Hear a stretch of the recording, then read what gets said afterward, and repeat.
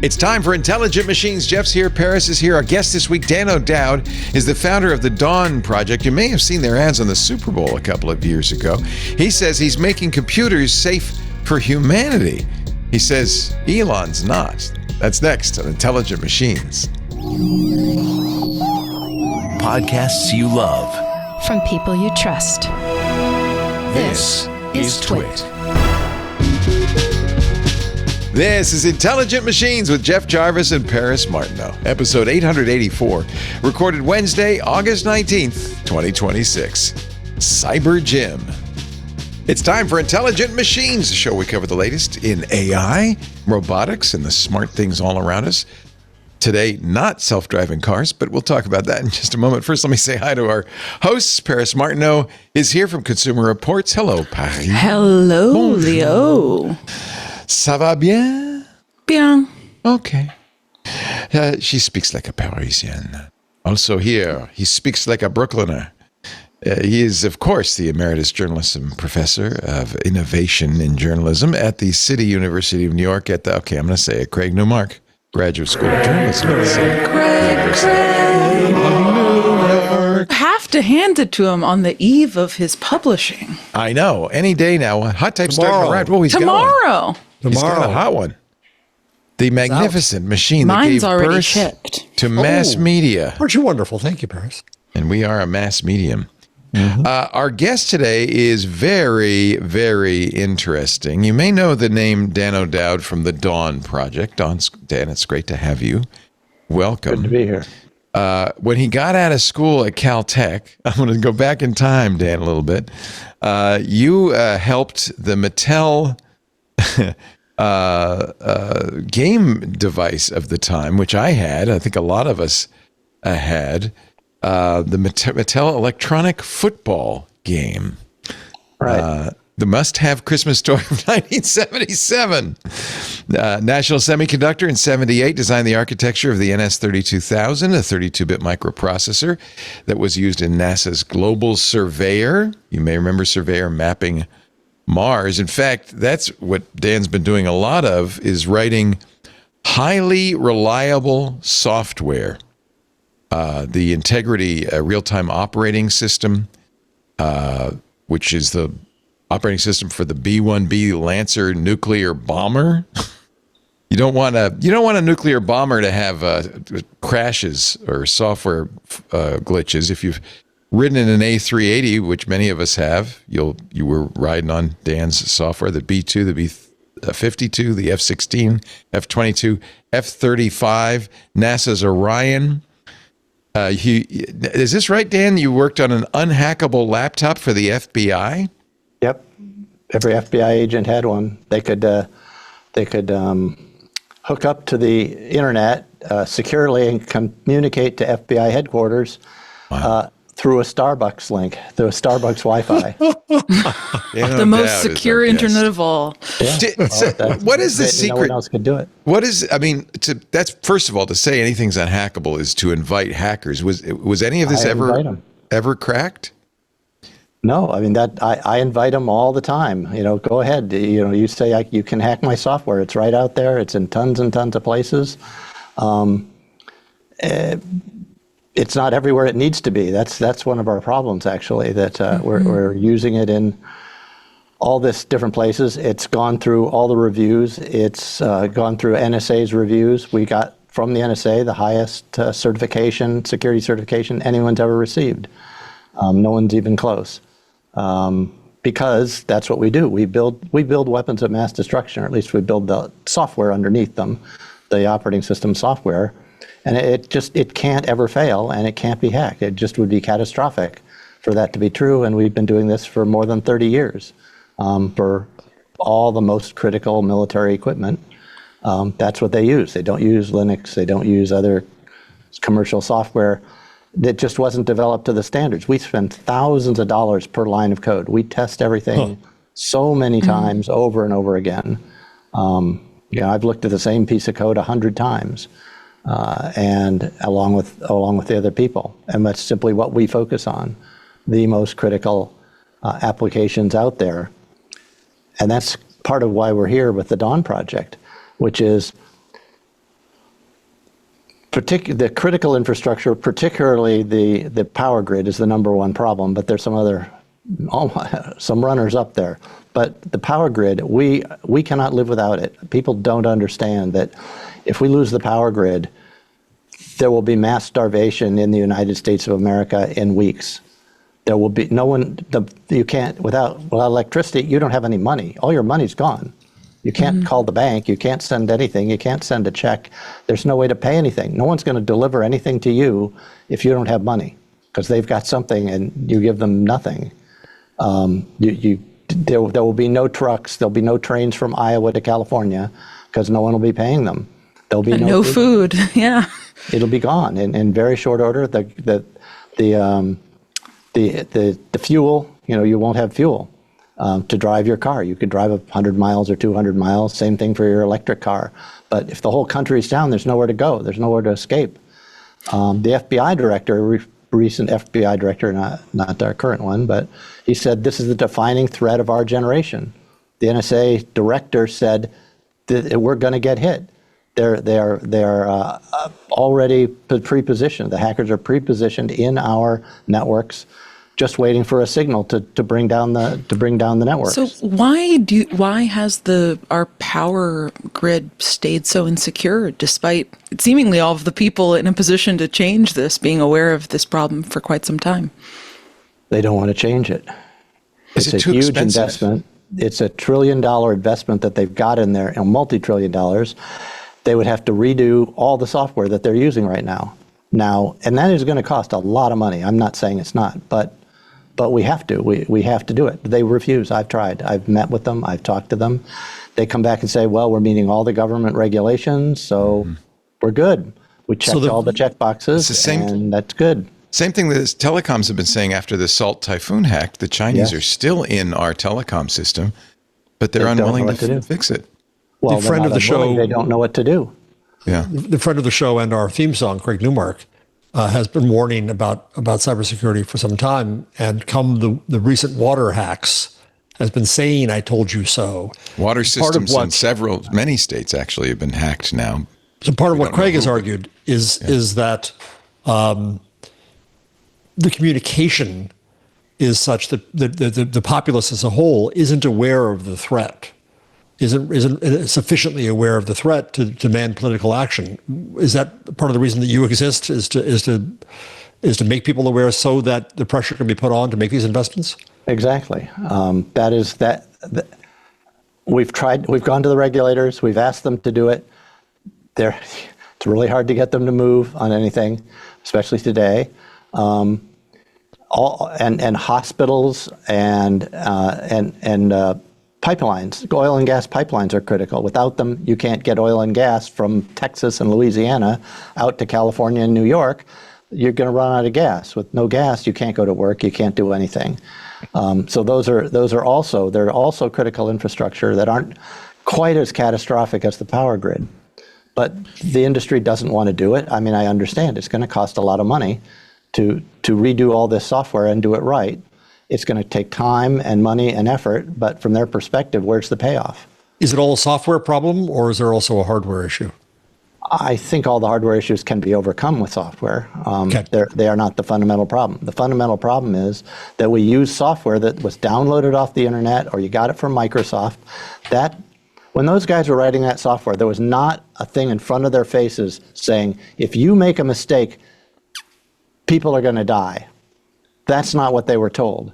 Mark Zuckerberg wrote on the wall, apparently literally, I mean, as far as I know, it's not apocryphal, it's a real story. He wrote on the wall, move fast and break things. Oh yeah, they had those signs all over Facebook headquarters. What does that mean? It means write the software as fast as you can and don't worry if it doesn't work all the time, if it fails some of the time, because that's how you become a trillionaire.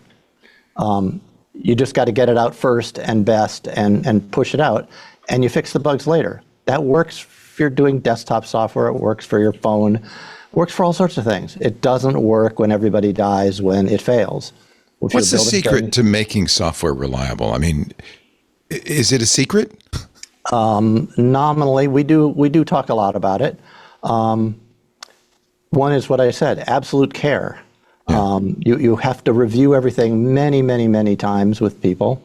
You have to we write millions and millions of test programs to test our software out. Is there a design philosophy you use? I mean, is it red, green, blue, test-driven design? Is there some methodology that you use that helps it be, and what languages do you use to help it be more reliable? So we have a methodology. It's called the Dawn methodology. I've been working on this for 50 years. I started in college and was interested in basically the problem. How do we write software that never fails and can't be hacked? What is the issue? And there are a lot of issues. There are things people do, there are programming constructs that people use and way they're taught to do things, which are not reliable. They are just fundamentally high risk. And there are alternatives. And I've been developing all those alternatives year after year after year. What about this kind of bug? What about that kind of bug? How do you write code that doesn't have the bugs? If the bugs are inevitable, how do I have fewer of them?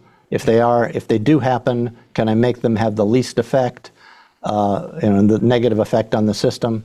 Mitigations, direct outlawing of certain practices, which I've found to be highly dangerous. Don't use stir copy, use stir end copy, things like that, or? Yes, we go farther. We don't allow stir copies. None of the stir copies, none of the mem copies are allowed.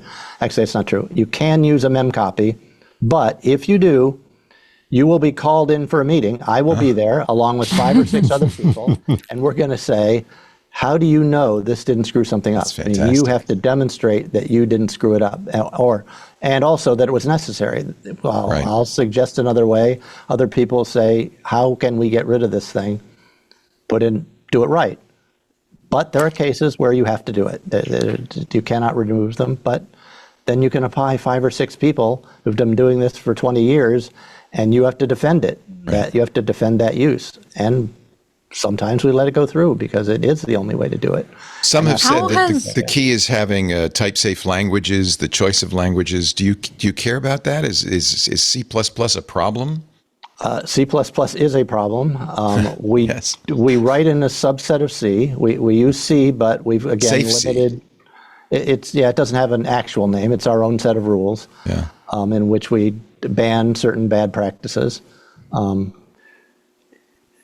But that is, that's where we're going. Ultimately, there should be a language we're actually working on that right now, which is the power of C, but everything is well defined precisely. In C, there's many things that are not defined. I write a program, the language says, if you do this, we can't tell you what's going to happen. It's really hard to write software that doesn't fail if they don't know what's actually going to happen. Yeah. We ban that, just like, no way. Everything is defined. Everything absolutely is the way it is. It is unambiguous and clear. No race conditions, no things like that. Race conditions is a different problem. And we actually have a solution for it. Amazingly, we have a solution. A race problem is when the software has two things are going on at the same time, and they're both computing an answer, and one of them, and they're very close. It's a race, which one gets there first, and one of them stores their value, and the other one stores their value, wiping out the first one. But maybe 1 in a million times something happens to change the order of computation, something else happens a little late, something gets delayed a little bit, and the guy who always won before loses one time, and the wrong value gets stored. And then the program goes on and may run for a long time, and then it fails and crashes. How do you do that? Well, we actually came up with a solution for how to find race conditions, even ones that have never happened. So Nice. Typically, it has to happen in your software, and then you say, well, what just happened? I don't understand. Right. You run it again and again and again, seeing if you can find ways to make it happen more frequently. But if the race condition only goes bad in cases you haven't tested, like only if it's in Alaska, it's below 50, below 0 or some unusual condition. If it only happens in that condition, no amount of testing in a lab is going to find it. None. It's impossible. But if you have this mechanism of dealing with it, it's a little bit complicated. We can detect even the race conditions that didn't happen. by looking at the logs of the program. We run the program, we keep logs on it, and we can detect when there are stores that are too close to each other that you can't know which one went first and produced a different, and one guy produces the wrong answer. 999,999 times out of a million, it does the right thing. 1 in a million times, it does the wrong thing. Those are the hardest ones bugs to are a catch. nightmare. Yeah. Oh, they're a nightmare.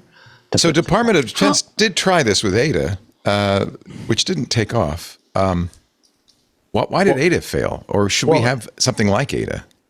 That is a good question. We have supported Ada. We did it for quite a long time. It is a better language. It's definitely a better language and definitely much more well-defined. It is a little bit complicated to learn, but it really was it's the same sort of issue. The defense contractor said, it's hard to find programmers who know the language because they didn't teach it in school or anything. Everybody knows C because everybody teaches it in school in one way. And so slowly Ada, even in the military projects where it was designed for, it slowly got pushed aside by 20 years of defense contractors saying it's better and cheaper to use C because we can hire people right out of school. They're already trained in this language. And so Ada pretty much lost out over a long, long period of time. It just got pushed to the side till now, virtually nothing. That's one of the things you do with the Dawn methodology and the Dawn project. You get the best students from computer science programs and universities all over, I presume all over the world. And then you call them the special forces of software. You teach them the right way to write code. Right. We use that, somebody has to write a lot of code, but some code's more important than others. Yeah. And we write the stuff, we handle the stuff that's critical, that it underlies the security and reliability of the whole system. And that's our specialty. That's how we specialize. And is it your review system that makes it so good? Is it your debugging harnesses? What's the secret? Come on. All of the above. Okay. We have literally 50 different approaches. That's one of the problems. Many people don't. They have this small set of tools, and with their small set of tools, they can do a certain amount of work. We've systematically built tools, looked at problems. Why was this so difficult? What went wrong? How can we prevent this?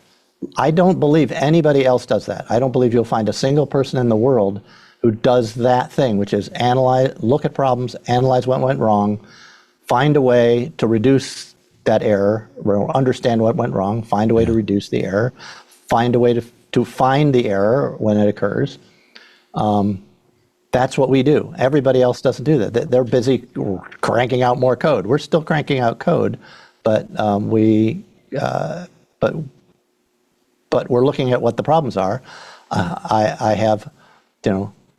We find bugs we have a multi-core operating system, and we find bugs in minutes, and they would take other people days, weeks, maybe never. But we know everything that's going on in the program. We've got a complete understanding of how the program works so that we can detect almost immediately when it deviates and does the wrong thing. I take it you're not a fan of vibe coding. Yeah, I was going to say, how has the advent of AI changed this both from a coding perspective and from a threat perspective for you guys? On a coding, we don't do AI. It is too erratic to depend on for this kind of coding. It just has to be right every single time. It can't ever make a mistake. On the other hand, the opposite, which is people doing it, you have these new mythos and all this other stuff that's coming out. But you have to understand what they're doing. They're finding existing vulnerabilities in these programs that are out there. They're not adding things or changing. They're looking at the programs and looking for bad programming practices, let's call it that, dangerous programming practices, and to look at the code. They're just sniffing them out. And there have been reports that they found 20 bugs. But there's a national vulnerability database. There's 48,000 bugs, not bugs, 48,000 security vulnerabilities were reported by humans to the National Vulnerability Database in the last year. The mythos has submitted 20 or 30 or 50 or something like that. So it's, yeah, I suppose it finds some, but humans are still way better at finding them. But fundamentally, it doesn't. All it is finding the bugs that are already there. What I asked the question: what first secret to making some secure software? Don't download 1,000 critical software vulnerabilities into your product. We've seen so many supply chain attacks on NPM and PyPI and so forth, and so much software relies on these libraries without even thinking about it. Somebody else's code. Yeah. And no, the people who wrote it, remember they were not told by their bosses or put a placard on the wall that says, if you screw up, people might die, so be careful. Yeah. They were told, move fast and break things. Right. Which is why we got that software, because they moved faster than the slow people who were trying to do it right. And then when somebody else came along and said, I want to start on something, what do I start on? Well, I should start with something so I don't have to start at zero. I want to get a leg up, so I start with some software I download off the internet. But those pieces of software or Windows have thousands of security vulnerabilities in them. That's the first thing you did. You built your secure system, the first thing you did is import thousands and thousands of software vulnerabilities into it, because that are there and haven't been found yet. Next year, they'll find thousands more, and the year after that, they'll find thousands more. That's why it's not safe. And it's irrespective of whether AI is improving this and making it faster. They're not finding, if they could find 98% of the bugs, that would be important. Maybe even 50% of the bugs, that would be important. But at the moment, they're finding some fraction of a percent of the bugs. We need to not use that software, or we need to fix that software. Those are two choices. They're both viable choices, but nobody wants to do it because they take time and cost money and cause your product to come out later. And that's anathema, right? In Silicon Valley, you just shot yourself in the foot, or worse. You don't want to do that. That's not the right strategy. But we make it different. We have to say, for power grid, for hospital, for self-driving cars, same problem. We're building self-driving cars, and we're hooking them up to the internet. So what's somebody going to do? They come in, they all run the same software, because we all have this great new over-the-air updates, regular over-the-air updates. They all run the same software. Somebody finds a bug in that software, lets them take control of the self-driving car, accelerate every car to 100 miles an hour, turn slightly left into oncoming traffic until you run into 10 cars and smash them at 100 miles an hour. But what you're finding is even without a hack, the software is no good. Right. Well, there's lots of bugs in Tesla. I mean, let's be specific here. This is Tesla, and not say Waymo. Waymo is vastly more reliable and capable than Tesla. The cars are they just have so many bugs. It's just ridiculous. It goes through a do not enter sign. It's got a great old big do not enter sign. We put them on both sides of the road just to make sure it doesn't miss them. It goes right between them. Well, what's beyond the do not enter sign? Probably it's because they tore up the road, or they dug a big old hole, or maybe something, or maybe there was a crash on the road. Why do you put up do not enter signs? It says don't go there because it's bad. It just drives right past them. It says road closed. Great plan. It just keeps going. It gets a school bus. Oh, here's one of our videos we're seeing right here. We're talking to Dan O'Dowd. He's the founder of the Dawn Project, self-funded. You probably saw, at least we did in California, some of Dan's ads going after Tesla. Dan certainly has the credentials to say what he's been saying. He's been writing software for some of the most mission-critical applications in our history: military, nuclear bombers, the planes that you fly in, the cars perhaps that you drive. I know BMW's used your software for their self-driving vehicles. So you're not against self-driving vehicles. No, they just have to be well tested. And I really think Waymo's done a good job here. They've been very careful. They use their own, employee trained test drivers for years and years. Tesla just handed it out to the public, a beta product. They called it a beta product, and they handed it out to ordinary people with their kids in the back seat.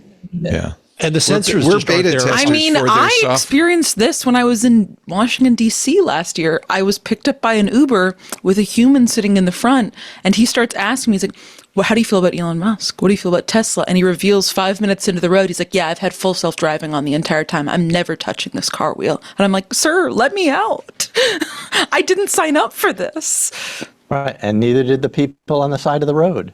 A couple they were just hanging out stargazing or something, and on their car, and at 60 miles an hour, a Tesla runs the stop sign, runs off the road, smashes into them, kills the woman, leaves the guy, injured for years, and Tesla, and in that case, Tesla had they subpoenaed the data, what was happening, because the car records everything, right? It's got all the cameras and all this data, and they subpoenaed, said, send us the data so we can see what was happening. They said, well, we couldn't find it. They said, well, look again. They said, we can't find it. We can't find it. We can't find it.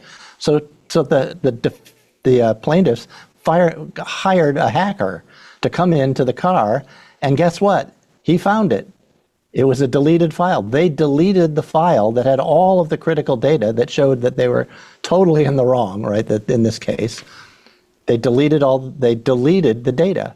Now, as many people know, if you delete a file, your file's not gone, at least not to a hacker. This is a video you guys made. I should point out there is no child involved in this. This was my reaction to it is test. just visceral. Yeah. Yeah, we've got a little mannequin kid there. It runs right past the school bus. It hardly slows down, crashes in it. This happened in North Carolina after we warned about this and ran a Super Bowl commercial showing that scenario. A kid steps off the bus in North Carolina, and a Tesla done self-driving. The kid walks across the street and it hits him and put him in the hospital for months, broke his neck and his leg, and I can't remember what else. I think he was on a ventilator for a time. Just a kid stepping off the school bus. With the school bus has those red lights and the flashing lights. You stop the car. Your car stops. And you wait for the kids to get off, and because they'll run across the street. Little kids, they will run across the street. They will dart in and out of traffic. That's why we say you have to stop. Yeah. Let them dart in and out of traffic, and then you can go again when the bus goes. How can they put on the road a product with millions of people blowing past school buses every day and not slowing down? I just cannot understand how this hasn't worked yet. I mean, I put it out there. I have given that to everybody, and it's still there. We just tested it a few days ago. They bring out new releases all the time. We can bring out the new release and test it. We get the school bus, we put it on the road. Yep, still runs, just blows past the school bus. Dan, I've been screaming about this for quite some time, and I'm really glad you're doing this. I can't believe that it's not regulated. That's one piece of this. You're talking about the software quality. That's the other. But my first question to you is, if you look at a Waymo, it has tons of sensors on it as well. It has data coming in that can tell it more. The hubris of Musk and the Tesla is, I don't need all that. I've got a few cameras and that's that. Is it ever possible to make a Tesla as built with the best software in the world self-driving, or is that impossible because the sensors just simply aren't there to let it know its context? There is a severe problem, probably fatal. When you're going to do a right or left turn, you're on a road, you've got a stop sign, and the other way, the cross traffic has no stop sign, right? No stop sign, no stoplight. And they're just allowed to zip past there at 40, 50 miles an hour. And you're sitting at this stop sign waiting for your chance to get in, right? To merge into traffic. So you're sitting there, and to do that, especially if it's a high-speed, street, maybe it's going 45, 50 miles an hour, you got to look down. You got to look down the road both ways to see, do I have a big enough gap that I can get out of here, get into the lane, and get moving without causing a crash or without causing at least distress among the other drivers. So that's what you do. It's pretty simple. But sometimes you come up to an intersection and you say, I can't see far enough, right? There's a truck or a bush or something blocking my view. So what do? Well, you creep the car up to see if you can get there. Maybe you still can't see it. What do? You lean forward in your seat as far as you can, and you look to the right and the left, and you say, oh, okay, I can see it's safe now, and you go. Here's the problem. The camera that is on the car. There's a camera on each side of the car whose job is to look that way, to look down the road left and right. The camera is mounted behind your head. It's on the thing where the door, the door latch, the door connects to it. It's behind the head on that pillar. It's called the B pillar. So it's back here. But you were sitting in the car with your eyes where I am, right here, and I couldn't see far enough down the road. So I had to lean forward so I could see far enough down the road. It can't lean forward. It's nailed in. It's glued into the car behind you. So if sitting in the normal position, it isn't safe, you can't determine whether it's safe or not. It can't determine it because it's even farther back. There's no fix for this. It's really stupid. You must have the cameras at the front of the car that are looking down the road have to be placed ahead of where a human's head would be, because that's how they designed intersections. It's not an accident that when you streak all the way forward you can see. It's because there's some road engineer or city official or something who's deciding where you can park cars and where the bushes can be to make sure that humans can see enough. And if they can't, they'll call up the department, or there'll be a bunch of accidents at that intersection and somebody will fix it eventually. So the intersections are designed for people and being able for humans to be able to see past these problems. But this poor guy, we have an advantage. We can lean forward in our seat, but the cameras can't, and they're in the wrong place. And so what it does is it often just sort of pushes out into traffic to get far enough out that it can see, but it's already going into the oncoming lane. And if you do very unfortunate timing, there could be somebody coming from the left really fast, 50 miles an hour, and you can't see them, and you put your nose out into the road so you can see, you'll get hit. A human driver can do that intersection every time. It just can't. They designed it wrong. They put the camera in the wrong place.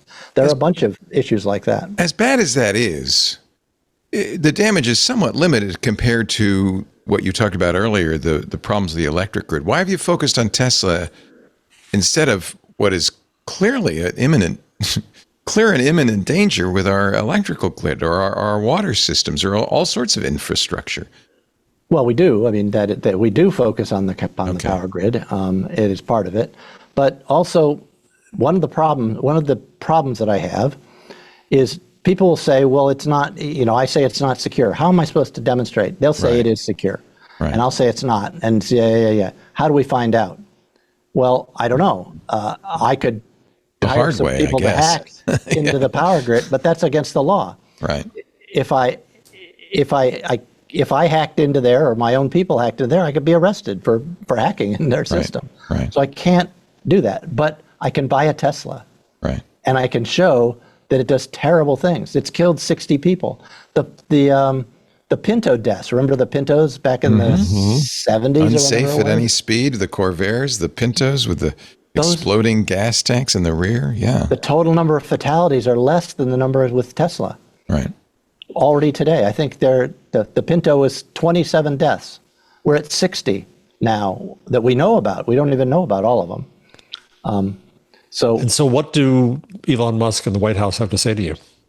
I don't think the White House has anything to say. Elon Musk, let's see, I'm batshit crazy. I am totally jealous of his success because I'm such a failure. Really? Mentally unstable asshole. We get the idea. Yeah. So people can go to dawnproject.com to find out more about the Dawn Project. Do you? What would you like us to do as citizens? How do we pursue this? Well, we are actively doing this. We need to get the word out. That's what it is. I've given up on the government, and convincing them to do this, at least for now. And I can't just blame Trump. We started this before Trump. We started this in Biden, and we got just as shut down as we are today. Yep. So I can't say that I'm hopeful that we could get a change. I mean, maybe we could, but you can't count on that. It has, and it has. So we have to get people to understand the catastrophic problem. I've got another video. I've got the head of the FBI saying this is a generational, the threat of our generation. I've got the NSA director saying that it's going to happen. It's some catastrophic thing's going to happen. I've got the head of the CISA, I forget what their exact name is, but one of the cybersecurity agencies, Jen Esterly was in charge of it. Yeah, Jen. And saying that she did the whole thing. She says, well, software developers have been doing this move fast and break things, and they're not taking responsibility for their code, and they're not being held responsible for the errors and bugs in their code, so they just keep doing it. I mean, I have a video, which I think is pretty compelling, that just shows that all of these people know, and they're not hiding it. They went in front of the TV cameras and said, we're screwed. This is terrible. We are in terrible trouble, and we must do something about it now. Yeah. And still nothing's happening. Yeah. Still nobody's doing anything. So at my point, I gave up on that. I just got to get people to understand the danger, and when they realize it, they'll say, yeah, let's spend a little harder. It's going to cost more. I'm not saying it's not going to cost more. It's going to cost more. It's going to take time, but we can do it right. We know how to develop software for weapons of mass destruction. We've been doing that. Essentially, you turn, by connecting a power grid up to the internet, you've turned it into a weapon of mass destruction. Somebody who can hack into that system and not just shut it off for an hour a day. That's not a big problem. It's like weeks or a month or more than that, and that they can't turn it back on. You short out the transformers or whatever you do to destroy them. You take the generators and you push them up above max, right? Mm-hmm. You push them into the red zone and just keep it there until what happens? It'll catch on fire, or it'll melt down, or the blades will start flying out of the device, something like that. And you can't repair it. I just read a story, New York Times, I think it was today. It's quite an interesting story. They were focused on power grid going down because of people shooting up power grid stuff, not cyber attacks. But if you just change the article to cyber attacks as opposed to physical attacks on our infrastructure, it pretty much is there. And it goes through, like the water runs out after a few weeks, and then, then the militia takes over. It's there. You have a huge problem that any one of these systems is there. So if you turn it off, people not turn it off, you disable it. But it's 2 years to get replacement parts for these things. There's a supply chain problem, and that's right now. Except it's getting worse because all the hyperscalers have jumped in line and paid extra money to put themselves at the front of the line and collect so they get all the parts they need to build their new power stations. There's a proof of concept in this. We did it to the Iranians with Stuxnet. We spun their centrifuges up, their SCADA devices up, till they destroyed themselves. Right. And this is just coming the other direction. Dan, I want to thank you for what you're doing. Dan O'Dowd is the founder of the Dawn Project, self-funded. This is his mission, dawnproject.com, if you want to learn more about it. I guess you could write your member of Congress. The problem is really at this point, the incentives are wrong. The incentives are financial and save money and not spend money to protect. Go to dawnproject.com and watch it. We have 100. We've made 100 videos of our own, of all sorts. We've got 1,000 videos collected of like Tesla's running stop signs and going through do not enter sign and whatever. Every single day we put up a video. It's our post every day, our daily post of a self-driving Tesla doing something insane. Running the wrong way on the street, running over a bicycle. Just everything. It's just amazing. Yeah. You'll get tired of watching that. Eventually, I'm certainly not going to buy a Tesla. That's for sure. It's another alternative to getting them to do something about it. Yeah. Yeah, maybe I'll buy an i9 BMW. That might be the right solution because I know your software is running in that. Thank you, Dan. I really appreciate your time and the work you're doing. It's very important. The Dawn Project is at dawnproject.com. Appreciate it. Thank you, Dan. Great. Thanks. Good to talk to you. We'll have more on intelligent machines right after this. This episode of Intelligent Machines is brought to you by Horizon 3. Now, the most dangerous threats are always the ones we don't see coming. After this conversation with Dan, I think maybe you would agree. The feeling of uncertainty is one of the biggest challenges in cybersecurity. You can have talented people, the perfect stack, solid processes. There's always that question, though, in the back of your mind, and certainly in the back of your leadership's mind. What am I missing? That's where Horizon 3 comes in. Horizon 3 is an AI-native, proactive security platform designed to show organizations exactly how an attacker could compromise their environment before a real threat gets the chance. Horizon 3's autonomous AI hacker, Node Zero, safely and continuously tests your infrastructure at machine speed. It pounds on it the same way a real attacker would, finding areas that are vulnerable. And it covers your entire attack surface with a single test. It deploys in minutes. They've run now 225,000 plus production safe tests with zero downtime. So there's no risk. You could stop guessing and start knowing your defenses are intact because Node Zero result is a loop. Hack, fix, verify, repeat. It finds the problem, you fix it, and in one click, you can confirm it's secure. That's probably why Horizon 3 is trusted by the NSA, by CISA, and Fortune 100 companies, so you know you can trust it too. See exactly what an attacker would find in your environment before they do. Go to horizon3.ai/intelligent. Request your free Node Zero demo. Visit horizon3.ai/intelligent.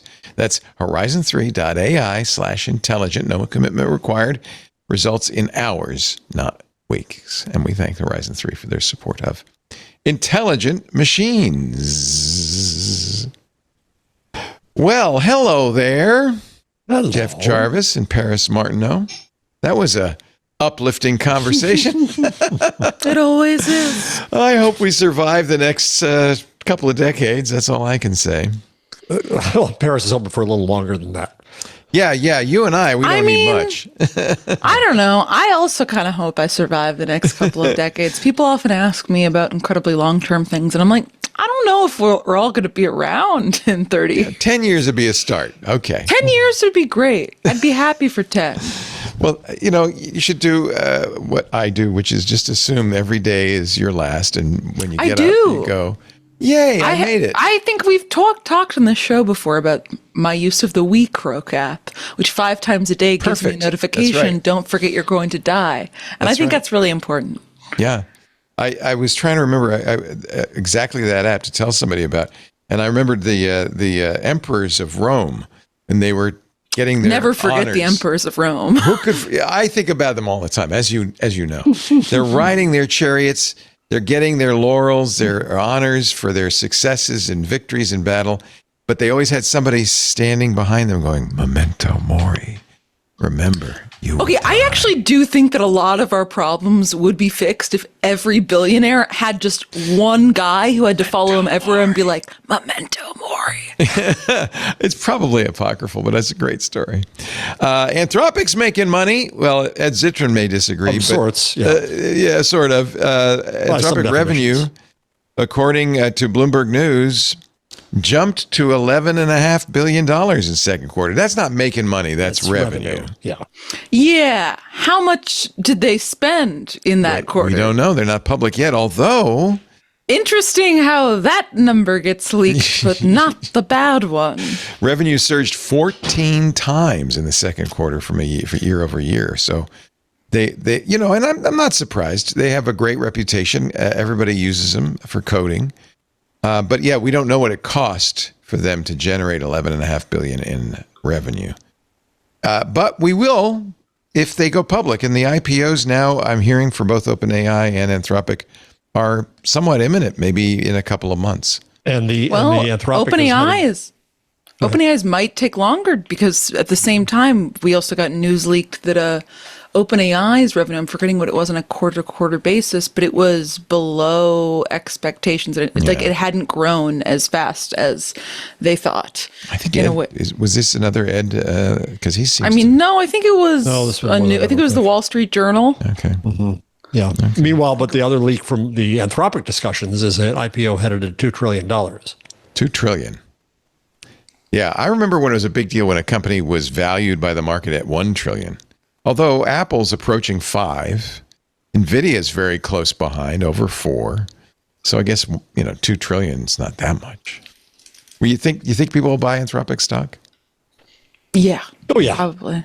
Yeah. They bought SpaceX stock. They bought SpaceX, which is a lot longer. So you just said that was 11.5 billion? Yeah. Is that what? In second quarter. OpenAI, this is a link from, or this is a report from my former colleague Barbara Jin, which I just dropped in the chat. OpenAI told its investors that it had 6.7 billion in revenue in the 3 months ended in June, which is kind of half of Anthropic, which is a little surprising to me. There have been a number of departures at OpenAI. I've seen people say, "What's going on over there?" A couple of those were medical, but yes, the ones that were not medical related. was medical. Yeah. Yes. Yeah. But Denise Dresser, who is their revenue chief, has been there a mere 8 months. Not she just good. left.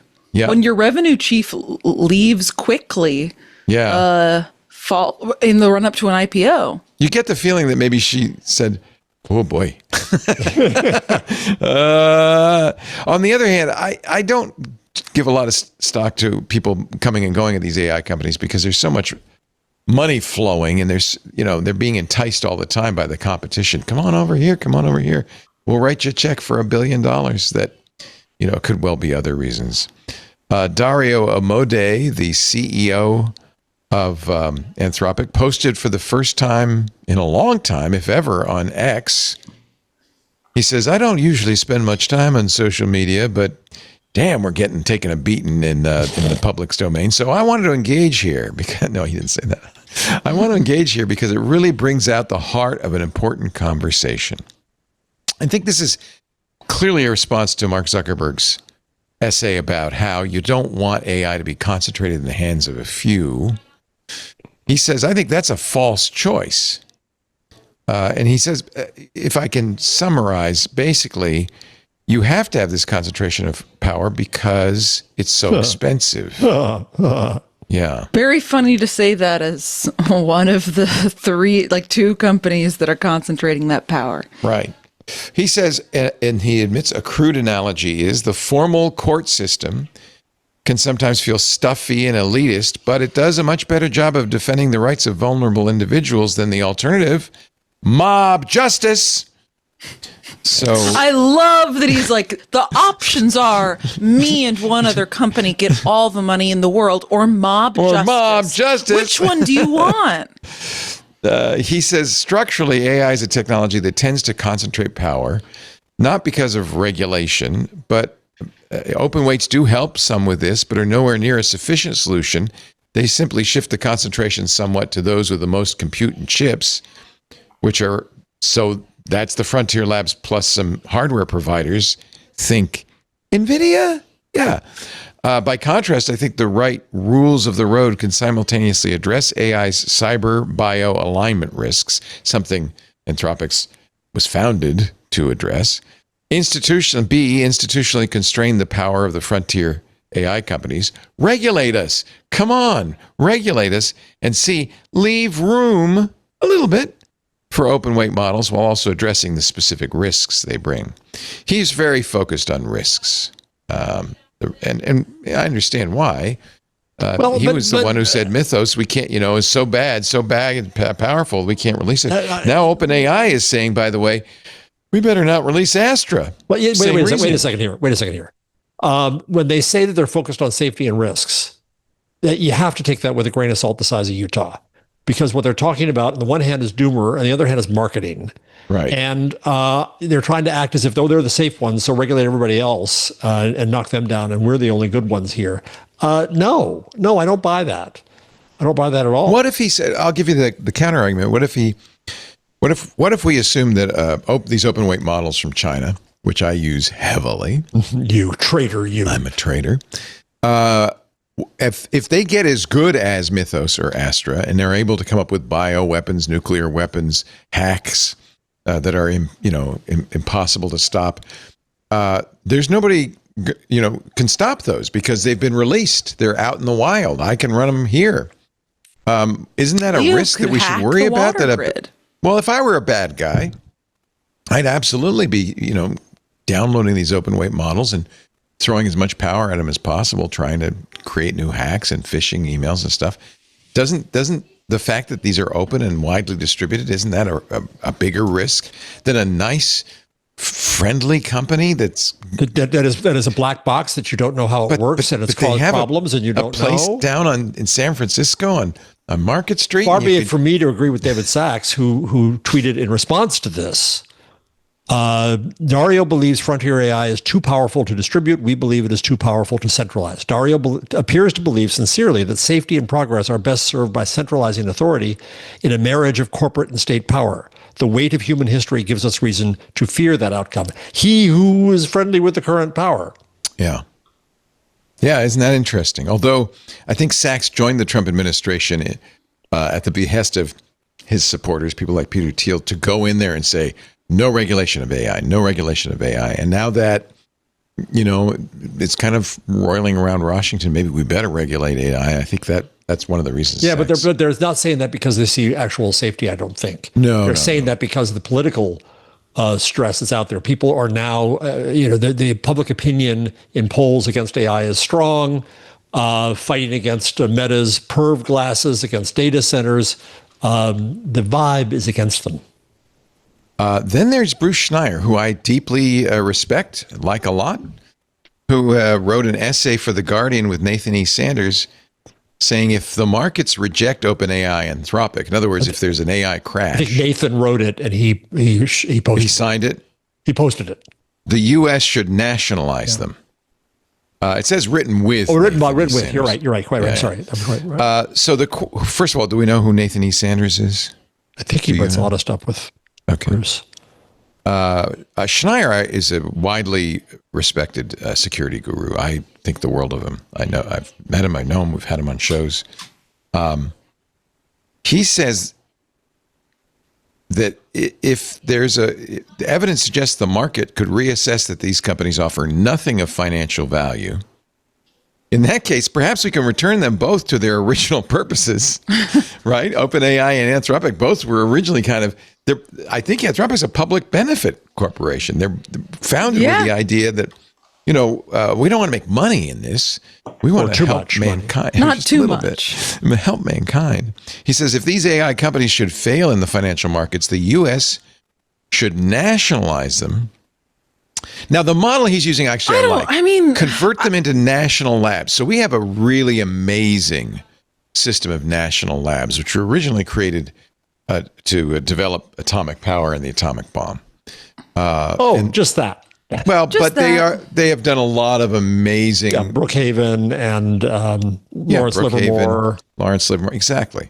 They're really amazing, and I think they are run by and staffed by conscientious scientists who perhaps could be trusted with AI. I do think that there's an argument to be made that there should be a national AI lab if the technology has the juice that its biggest proponents say it does. However, I don't know if that necessarily means that it's like, well, we all just decided to pour so much money into these companies that they can never fail, and they've always got to have all the money they can get and always succeed forever in some form. Like, I think that... Well, that's the difference. Okay, so that's the difference between saying too big to fail, so we're going to, like we did the banks in 2008, pour money into you, versus saying, no, give it. We're going to just take the technology, put it in a lab. Let them fail. Let them fail. Let them fail. Let them fail, and then and disappear. And then start your own lab and hire that's what he's saying. People. The U.S. should nationalize them, convert but don't them into nationalize national those labs, two. Let those two go. They are tainted. Operated under democratic control that preserve their benefit to the public interest.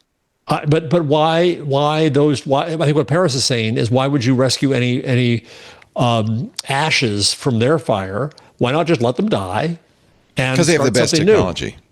Well, I mean, let them die and then buy the scraps out of bankruptcy. Yeah. It's an interesting question, because what is it that makes Anthropic? Considering that it's consolidated, it's commodified, and they leapfrog each other every month. Well, first of all, we don't know it's commodified.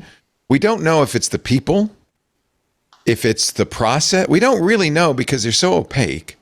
But Leo, aren't the capabilities of the models leapfrogged every month? That there's nothing that stays ahead. No, in fact, that's one of the things Bruce companies. Schneier is saying, and it's one of the challenges that you got about 30 days before the next one comes out. And as you show, using the open weight models, you can do 99.9% of what you want to do. Yeah. But see, this is a good point. So the open weight models are demonstrably not as big, as good, as effective as the closed weight models from the frontier companies. They're much smaller. But it turns out it's not merely the model, it's also the harness, it's the stuff you build around it that makes it good and powerful. And so that's why it's hard to say what the secret sauce is all I'm saying. In fact, DeepSeek has released their own harness. A lot of interest in the AI community over the DeepSeek coding harness.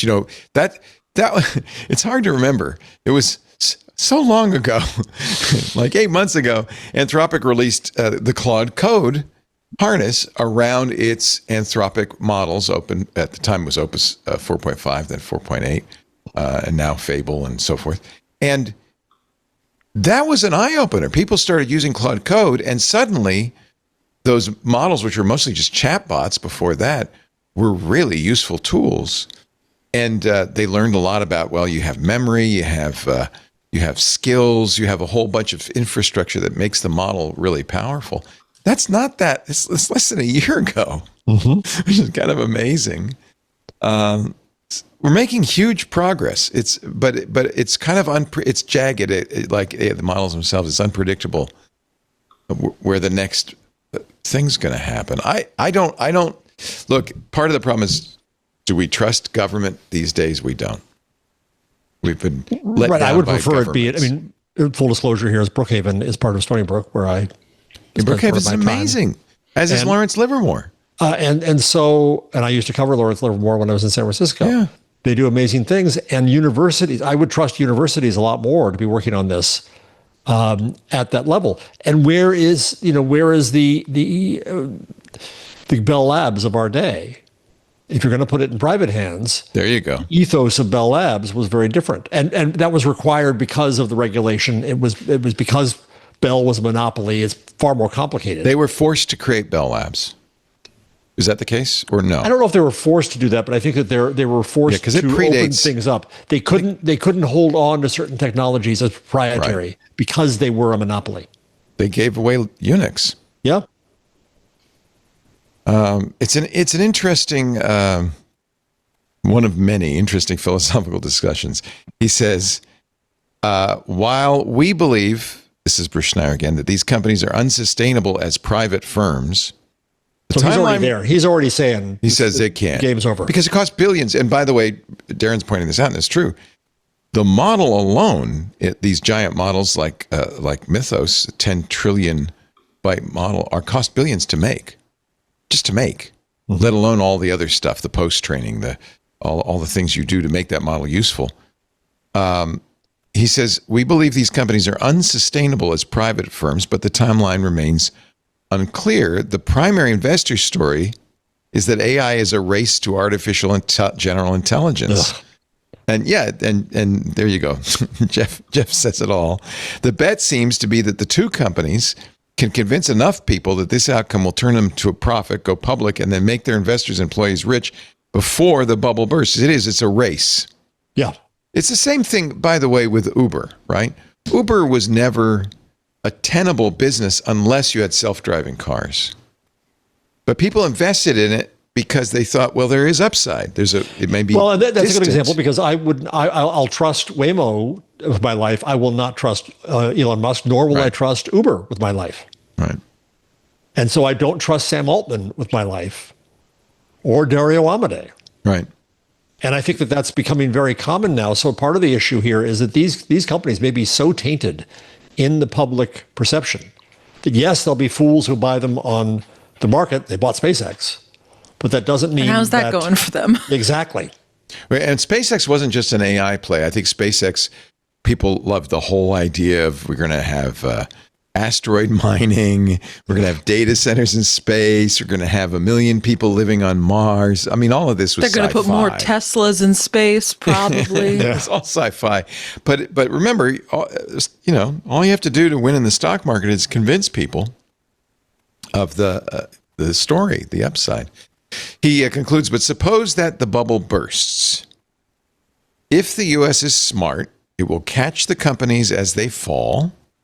Regardless of what the markets think, to the public, they're too valuable to let die. And I think that's true. I agree with you, Jeff. The idea of let's go for AGI is a pipe dream, probably. And we're going to get there. If it's possible, we'll get there regardless. And if it's impossible, it doesn't matter because we've already discovered huge value. So I'm going to agree and disagree with him. I'll agree to the extent that having a national lab of AI, as Paris said too, I think is a good thing. But building it on those two companies with the history they already have, no. You're just hastening the burst of the bubble, Jeff. No, I don't want to. I've got a If the bubble's going to burst, it should burst before it gets any bigger. Better. Oh, you're right. Better to burst now than later. Yeah, that's how these things work. The bubble... There goes the bubble. Oh, I forgot about this one. Me too. Robot hands. On audio. Paris just burst the bubble. You look so satisfied in that. I really do. I forgot about, for those on audio, That's a really beautiful good one. AI slop video appeared of me looking very malicious while a very peaceful bubble appeared on my face, and I used robot Freddy Krueger hands to burst it. But yes, much like that bubble illustrated, the bubble can only do one of two things: get bigger or burst. It's not going to shrink on its own without a large collapse happening. And why would we want a larger bubble to burst? Wall Street Journal this week, inside big tech's frantic race to quell the growing backlash to AI. So one of the big threats at this point is all of those people protesting against data centers. It says tech companies are holding listening sessions, offering guaranteed jobs, and writing big checks to win public support for the But the data centers, again, I still contend are a MacGuffin. They are trying to find the tangible way to object to companies they don't like and trust right now who have too much power in their view. I think it's a gut thing. That's why you can't convince them, well, no, it's going to be fine. It's really more a visceral reaction to the whole. Also, the people who live next to those sites. Yeah. Well, that I understand, but most people don't live next to those sites. Yeah, I understand that. I wouldn't want one next to me either. I'd protest that. I think that people can be outraged on behalf of their neighbors or on behalf of other people who have to then live next to those sites. And I think that it's also a physical manifestation of tech companies who have created products that people find very detestable or unpopular in other ways. And that I think that this has been something that's been simmering in the background a lot with a lot of... I saw similar things happening with Amazon fulfillment center, warehouses being built or distribution centers. But they got built. They got built because and there we wasn't all this get sort to of have same day delivery now. But the people who live around those have a really hard time in many cases. Right. Did I tell you about what happened in Montgomery Township, south of me in New Jersey, with this? No. So there was a Johnson & Johnson campus that was abandoned because offices are not so valuable anymore. And there was a proposal by developers to put in low-income housing, which is required to have a certain amount. Every town is in New Jersey. And it was NIMBY'd. No. We don't want poor people moving in here. No. And so what are they getting now? Data center. Yeah. And I say that's karma. I bet the people who had coal mines next door didn't like that so much. Hey, at least they got jobs out of that. Oh, good point. And black lung. Yeah, but jobs to pay for all the treatment for their back. Well, not very much so. No, until they sure died. Yeah. The people who have giant copper mines down the road aren't too thrilled about that. There was a report on MS Now this week that was great, and I don't know what state it was in. Lots of turbo gas engines to power the place because you can't get enough off the grid, and because the jet engines were on wheels, they were considered temporary and they didn't need a permit. Oh, that's kind of like the gas, methane generators, the natural gas generators they're doing. You're watching, we're going to take a break, Intelligent Machines, Jeff Jarvis, Paris Martineau, and we're glad you're here. Thank you for being here. I was in Yonkers today. I just needed to say that. Oh. Did you get a tax break? No. In fact, I definitely got taxed more.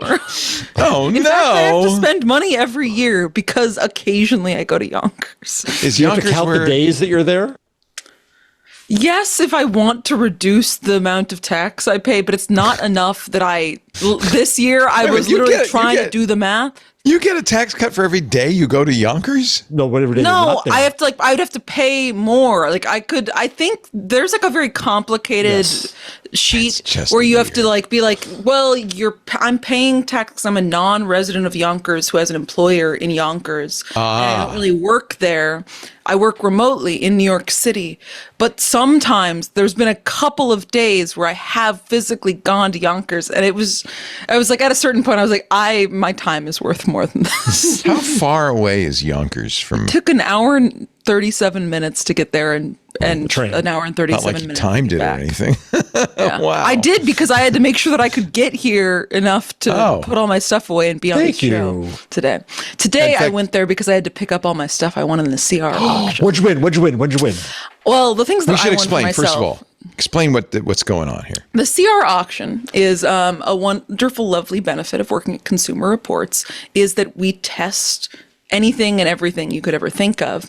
And we, of course, you buy buy all of them. that ourselves using anonymous shoppers, full price, such is the way of things. But then afterwards, like, what are we going to do with all this stuff? And one of the first things we do is a month or a couple weeks ago, we send a spreadsheet out to all the employees with 2,000 items on it for the last that we've tested in the last 3 months that you can then bid on auction style for yourself or friends or family. And I got a really fancy under sink water filter that will filter out PFAS and like contaminants and that's a stuff good like thing to that. have. That's a good thing for someone on your beat to get too. I know, it's great. I But wanted now one. you're going to have to spend lots of money on little drops of minerals that you put back in your water when you make your Well, pour. so here's the thing. The one that I have doesn't filter out total dissolved solids, which is what Leo's talking about for coffee. But I also did get a second water thing that sits in my fridge that will do that so that I can get the drops and do that to my coffee. I also got a fancy bike helmet with like the wave technology. Oh, I got can you model it? I can. Hold on. While she's doing that, let me show you what she's talking about. I actually just ordered these.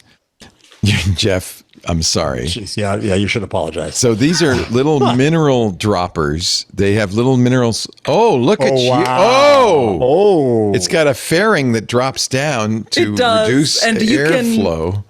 You know, And open it you can up if you put wanna- your sunglasses in here. It's got like a little hook in there. It's quite nice. It's got that Wowie zowie. wave tech on the inside. Oh, This was our top rated one. Because, of course, we always test all of the stuff, too. So in the spreadsheet is a column for our But wait. rating. If that's tested, didn't like they kill a dummy with it and damage it? You know, How do they test it? I thought about that, but I don't know. They could be. I think that some of That the was stuff the one they tested sell, for comfort, not for Yeah, no, head they trauma. describe if anything was damaged. So, I mean, the thing I need to, hopefully, my dear friend is not watching this, that I was purchasing a vacuum for, because as I was getting my stuff, the guy comes out and he's like, I'm so sorry. This has not happened in years. But as we were boxing up your vacuum or taking out of the box, we realized it's covered in stickers that say damaged irreparably during testing. God. So we have to refund you. I'm like, dang, that does suck for that vacuum. But These it things do actually is great happen. for me as someone who didn't have to carry a vacuum on the Metro North today. For an hour and 37 minutes. Yeah, 3 trains, not good. I got outbid on a fancy humidifier. I'm sad about that, but it was lovely. So is there all you also, got there's was also this- a buy it now Wait a minute, price, you right? need a T-shirt that says, "I went to the Consumer Reports auction and all I got was this lousy helmet." No, I should, honestly. is that I all think- you I got? mean, Just a helmet? Well, no, I got a helmet. I got The multiple water water things? filters. Oh, the water. That's right. I was That's right. originally looking to get a vacuum, but it was mostly stick vacuums and robot vacuums and things like that. And I wanted a canister vacuum, so I got something different outside of the auction. They had a bunch of I had to pick up a bunch of stuff for some friends. My friend got a fancy laptop. Another friend got a suitcase, which How much is RAM was in that laptop? I'm just curious, asking for a friend. a fair amount. Oh, boy. The stuff that had the best RAM, I'd sent the spreadsheet around to our chat, and Anthony rightfully identified I think it was like a Mac Studio or something. That Anthony was really souped up, and that was yeah. bought now within like 5 seconds of the auction. So there's also a So buy was the now other. price. Yeah, but that is like much eBay. higher than what you can normally spend. Yeah. So is it an auction? Like you bid? Yeah, so it's you can either bid blind for a week or two, or you can buy now at a higher than the minimum bid price at any time up until like the last couple days or something like that. And things got fierce for some of the products. I think this is the wrong thing to do if you want to. It's not exactly a team building exercise. Well, the thing is, you can't see who tearing down. builds. You can't see who Who bids. carries it out? No, I mean, yeah, you'd have to be, and pickup is like, you have to go to Yonkers and hang out in one of 4 tents in your scheduled pickup time. So you don't see. They're really protecting I your saw that someone on the anonymity. fact checking team got a printer, and I was like, good for you. I have a printer already. Bastard. That's pretty funny. Yeah, if I find out who got that humidifier, there will be fighting words. So. I kind of needed that for the Your school. skin is glowing. You look so moist. You look too moist. What do you need a humidifier in Just- Brooklyn for? It's not exactly. Oh, it's dry. just, I've been told that whenever I'm getting Steam a heat. sinus surgery in next month, and as part of it, you won't be able to breathe through your nose for a couple of days. And people say that it makes your mouth feel less dry if you have a humidifier. And I was like, well, I could just spend a small amount to get a really fancy one, but now I'll just spend a small amount to get a normal one. Yeah. There's already a picture of you in the helmet on the chat. I like mean- the Vote for Pedro shirt. That's great. That's pretty. You know what? AI is pretty good. It did give you a neon sign that says Consumer Reports. I mean, I think we should make that. Yeah. But I Yeah. think that's a pretty accurate rendition of your apartment. That's really It is, amazing. yeah. It hasn't changed much. Yeah, just where's the cat? There's like a new sign back there. Yeah, it's somewhere, added but some that's fine. things, It's but, added some things to the bookshelf. It's added like a second bookshelf on my bookshelf in a way that I find kind of interesting. It knows what you need. Yeah. I And mean, it looks like it's you've right. got a hipster stereo system. Yeah, something like that. And there's your mineral dropper water for That your was actually the coffee. first time I've put on this helmet. I'm glad it fits. I have a weirdly large head. I was worried that it wouldn't. It makes your weirdly large head look even weirdly larger. I mean, that's the issue with all helmets. Oh, that's it, true. It There's no way to- becomes immediately apparent how oversized my head is once there's something on it that isn't 'cause a you very have so- specific type of baseball It's so hat. stuffed There's so with much going brain. on inside it. That's right. It's true. You got all the room for that brain. so now So this has been Anthropic- the Paris trip calculator. Now we can get back to tech news. back from Yonkers. Anthropic, I don't know why they do this. Now they say their AI agents are killing rivals and hiding their tracks. This is from a risk report. That the possibility of AI models developing behaviors that conflict with guidelines set by engineers have been upgraded from very low to low. We've observed instances of misaligned behavior from the models, such as a willingness to perform misaligned actions in service of completing difficult tasks. They actually cheat by defeating their rival models. It's like It's not it's like what the Consumer Reports auction. It's crazy. It doesn't know to cheat. It's just given a task and pursuing it its tries to do goals. it. Yeah. That's right. Yeah, I guess you need to tell it. anthropomorphization. You need to teach it what cheating is and instill an understanding of morality for it to be able to cheat. That's why all this talk of alignment is such BS. See Sam Altman. Oh, what's he saying now? So he's delayed now the work yeah. on his models because there are alignment problems. Do you think that's marketing or Yes. but it also could be he's worried about the Trump administration doing to him what they did to Anthropic. No, he's been sucking up to them too much. That's not going to happen. That's not going to happen. No. Our models are just so good, we're not going to let you have them.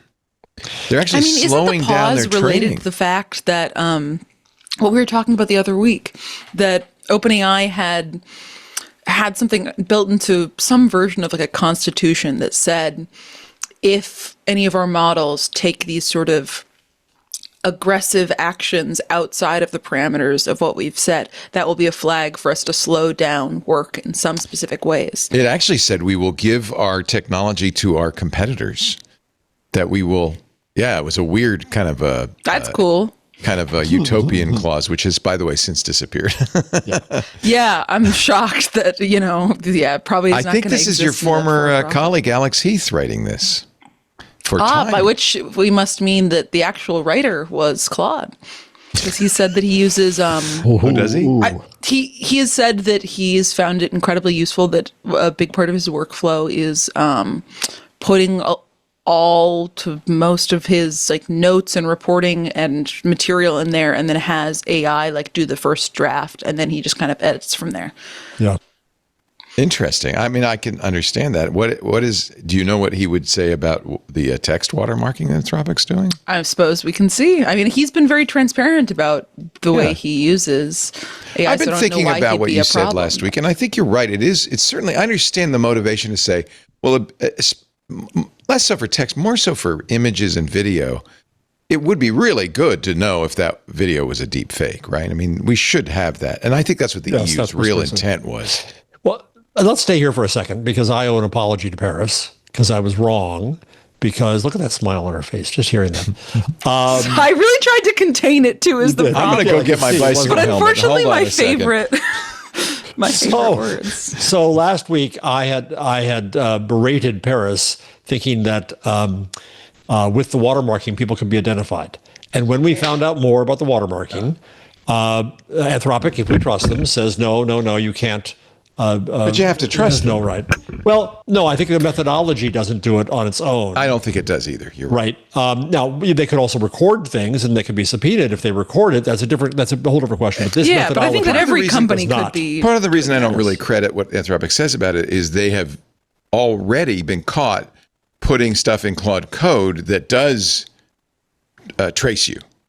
And it looked like it was so that they could keep Chinese companies from distilling on their model. But, they've done stuff like this, kind of sneaky stuff like this before. So that's but I also think that if you're worried about companies doing sneaky things to trace you or invade your privacy, then you should be worried about every technology product that has ever existed. Absolutely. And that's, absolutely. Leo, sorry, are we wearing hats the now? safari hat? What? Well, I didn't have a bicycle helmet to hand, and I just thought if people were going to be hitting each other that Jeff, now it's weird that you're not wearing a hat. Now it's weird that you don't have a helmet, Jeff. It's really strange that your head is barren. Oh, well, That's a good hat. That's a good hat. That's fine. There was a lot of conversation over the past week about this AI watermarking. Some said it's not a big deal. John Gruber in his Daring Fireball blog says, I pick every word with care. And if AI is going to modify the words. And I think the strongest argument against it, I would say, is that it does. Well, I think there's several. First of all, it's not proof. So it gives a false sense of security to people who say, no, I ran it through the AI generator and it's not AI, because it isn't. It's not. It's very fragile. It's very. Well, I mean, probabilistic. I think that Anthropic from the beginning of this said that its language around it, even in its initial release and support notes, was never like, this is going to say this is AI. It's like the affirmative. The affirmative would be, this shows signs that it may have been processed by Claude. Yeah, which is worse than anything. Because it's not certain. But now people are already be the father of my using, baby, but I'm not sure. Right now, people are already using worse tools that have negligible to no real backing going on behind it, or science or connection. I would say this is worse because it's supposedly good. Right. It's supposedly from Anthropic.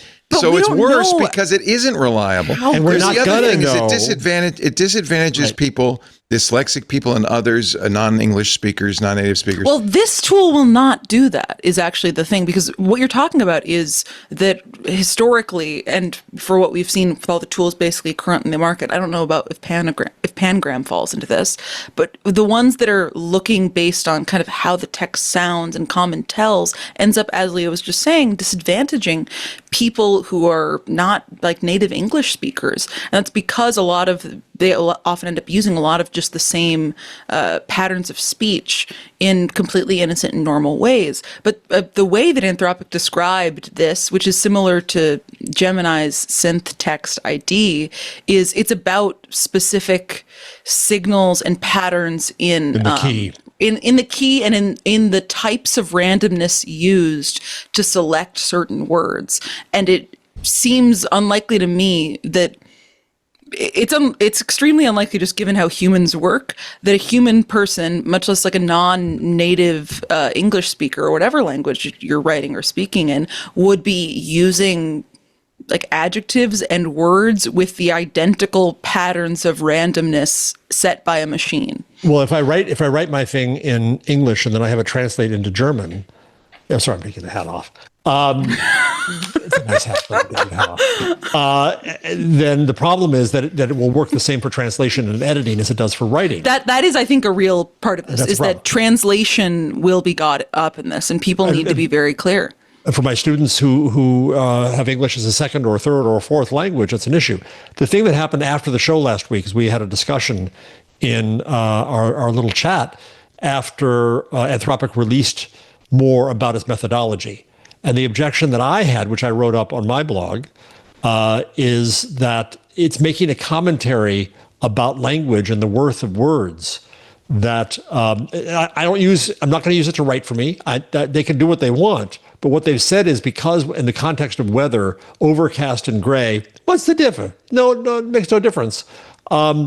Means that they're not valuing the uniqueness and nuance of words. Yeah, that was. And at the end of my post, I took a sentence that I wrote in the first page of Hot Type, on sale tomorrow, and I chose all my words with care for a whole bunch of reasons, for meaning and rhythm and mood and wonder. And then I thought, well, I'm gonna put in synonyms to show what this is. But then I asked Anthropic to put in synonyms, and it created the same sentence with the synonyms, and I think it's laughable. But what Anthropic and the EU, by extension, are saying is, that doesn't make any difference. They're devaluing the worth of words, and I find that culturally They're saying offensive. You deserve it because you used AI. You deserve that. That's your punishment, is you're going to have the mark of the beast on your prose.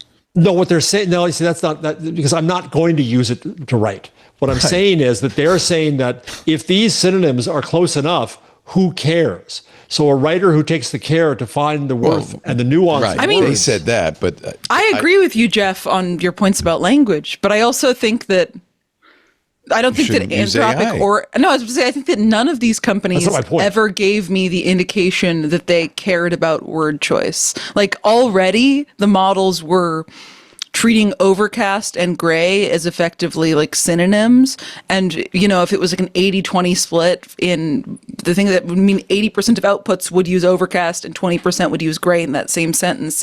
And yeah, that's why AI writing sucks, is because it does not understand. And they're saying that's okay. Being. That's good enough language for the world. And I'm saying, I mean, yes, good. Human writers remain better, but that's not the point. The point is they're making a commentary on culture, on the value of words and writing, on the fact that we have dictionaries with many words that can mean the same thing, and there's reasons why you pick different words. And they're saying, doesn't make a difference. I mean, and I think this is the fundamental flaw of using AI tools for writing and expecting the quality to be equivalent, or ever pitching it as it could be. Because these sort of misunderstandings of the importance of precision and nuance are baked in, just based on the way that these systems work. So I wrote this. Unlike what we call machines, computer chips veiled inside sleek and sealed gray boxes with no moving parts save fans to cool their brains, the Linotype's innards were left exposed, as if to show off the genius of its works. Its troop of idiosyncratically shaped cams, gears, belts, arms, and wheels marching to instructions foreseen more than a century before by their inventor, German-born watchmaker Ottmar Mergenthaler. The Anthropic version. Contrary to what we presently term machines, microprocessors concealed within polished and enclosed gray containers with no moving components except fans to cool their circuitry, the Linotype's mechanisms were left visible as if to display the ingenuity of its craftsmanship. Its brigade of distinctively shaped cams, gears, belts, arms, and wheels progressing to directives anticipated more than a century earlier by their creator, German-born orologist Ottmar Mergenthaler. And so what it's they're a saying much is worse that's just as good. paragraph. Yeah. Yeah. And people came out and say, well, why would you use that to write it? I'm not going to use it to write it. But they made a commentary on words that they're saying that's just as good. And the fact that they're spewing all this slop into public discourse and into the culture with that as their standard. And the reason they're doing it is because the EU said, you got to mark this stuff. It leads to this unintended consequence against the culture. That's my point. And the irony here is that Google, which has been doing this for years, has decided to remove the public watermark on Google Images that say it's from Google Images, and it's all now still in there, but it's hidden. Neither Anthropic nor Google. I think Google does have a tool, but Anthropic says they're not going to release a tool. So I don't even know the point of this. I think it's really a compliance exercise. It's compliance. It's a theater. It's not a genuine thing. So you're also degrading the quality for no apparent reason. Let's pause for station identification. You're watching This Week in Intelligence. No, that's not the name of the show. Intelligent Machines with Jeff Jarvis and Paris Martineau. Here's another thing to get irate about. Amazon, let me start by saying rare bookstores were seeing an unusual number of purchases, mail order purchases. And it got the attention of 404 Media. Booksellers have suspected that those book sales are to AI firms, but 404 said, let's find out, and hid an air tag in a rare book, which ended up... I love this story. It's so fun. At an Amazon AI training facility that housed a team focused on tearing books from their spines and scanning pages. So now there is a reason, I should say, why these companies are doing this, because the courts have kind of put them in this position. You remember Anthropic got sued over ingesting books, and the court said it's okay, it's fair use as long as you buy the book and destroy it. No, I don't. Did the court really say they had to destroy it? No, they didn't say you had to destroy it. No. I'm not sure why they destroy it, but I have a feeling it is because it was easier, because it was cheaper to scan. That's all. Oh, that's right. They take the spine off. The Google once you buy a book, you can do anything with it. Right. So that's one use, is you scan it. Now, yes, Jason raised this earlier. Is that scan a copy, and is that an issue? But they also held on to the copies of the ones from the illegal database, and people could get to it. So that was an issue. But if they just use it and first write, that's no problem. The judge in the lawsuit ruled that it was fair use to use the books this way and not a copyright violation for Anthropic to scan a book for training data, in part because it destroyed the original printed copy. Yeah. This is Jason at 404 Media. Essentially, it's the customer's right to take physical media and store it digitally, and destroying the original copy means that copy isn't duplicated and resold. It's not a copy. And isn't cutting into the publisher's business. Yeah. So this is the point, is that if you don't like it that Amazon's doing this, understand they're doing it because the court told them to. Amazon could have also gone to the court and sought a different method. And listen, it was an Anthropic lawsuit. Amazon, and by the way, this AirTag went to Amazon, but that doesn't mean all of those rare books are being sold to Amazon. And that's part of the reason they're tearing them apart, is it's cheaper to scan them that way. Yeah. You can scan Google books page by page. Google and its book scanning project. Exactly. Yeah. And I'm not offended if it's my book that's in a remainder and there's 1,000 copies in a remainder, one copy. Okay, I don't care. But some of these are rare books. Saying that's they're rare. Offensive. But I think that's maybe a bad choice of words. Some of those books back there, there's only one copy of them that you can find in the world. Yeah, basically what, and sorry, this is Emmanuel Melberg, not Jason. They said, we're not revealing the titles of the books included in the shipment we tracked, but they are rare, meaning that there are not many copies of them in circulation. Okay. Sometimes that's because not many copies of them were ever printed, and sometimes because they're in a foreign language, not many people speak. As the bookseller who sold them told me, there are not many people in the world who'd care about them in the same way people might care about the first edition of Oliver Twist, but it doesn't mean that they're not valuable. Right. Yeah, they're not first editions. They're books scarce. that are probably nearly scarce, out of print. not rare. Here is a book that is invaluable to me. It's the biography of Otmar Morgenthaler. There were 100 copies printed. Right. I bought it for, I think, $120. Well, you better. It's good you got it. It's not rare book time, but to me, it's shredded. precious. Yeah, that's the problem. If you take this and shred it, it takes it out of the world. And that's just wrong. But wait a minute, Jeff. It doesn't take it out of the world. It puts it into the world. It does in that form. Well, but this is the other thing. For book historians, the belief is there's a large school of belief in bibliography that each book carries its own life, that each book is unique. As did cards in a card catalog, but they have all now been replaced by digital card but Leo, catalogs. part of the issue here is that it's somewhat different in that Amazon isn't scanning these books and then going to upload them to the Internet Archive so that we can all marvel at them and make sure that their text is preserved forever. They're putting them in from the AI culture. models, and they are never going to be cited from again because it will just enter it will be trained on. The New York Times said. The New York Times says, "Oh no, you're stealing our content so that other people don't have to read our paper." And in every damn that's story they write about AI, We know they've that's gotta mention BS, that by the they're- way. that So they're- I'm just making that as a joke. But One of the things I thought was interesting about this story, if it's a rare book that's been sitting dusty in the corner of a bookstore for you don't know 20 when a researcher or a scholar needs that. Nobody wanted. Who cared about the I think it's autobiography a of Otmar better Morgenthau? general use to society ingested in a model than it is to the one I know you're scholar. playing devil's advocate here, but I'll No, side. I'm with not. Pete I'm actually Paris. sincere. I'm on Paris' side. Well, it's one matter again if it's the Internet Archive and making it available in a different form. But Nobody they're wants not. to They're read it. destroying But it. It's a Leo, scarce book. they're being bought from people whose whole business and livelihood is selling rare books For to which people there who is a wanna market. buy No. rare books. The reason why these people contacted 404 Media is they were like, we're seeing really unusual purchasing behavior where all of a sudden one client is buying up like our entire stock or something like that.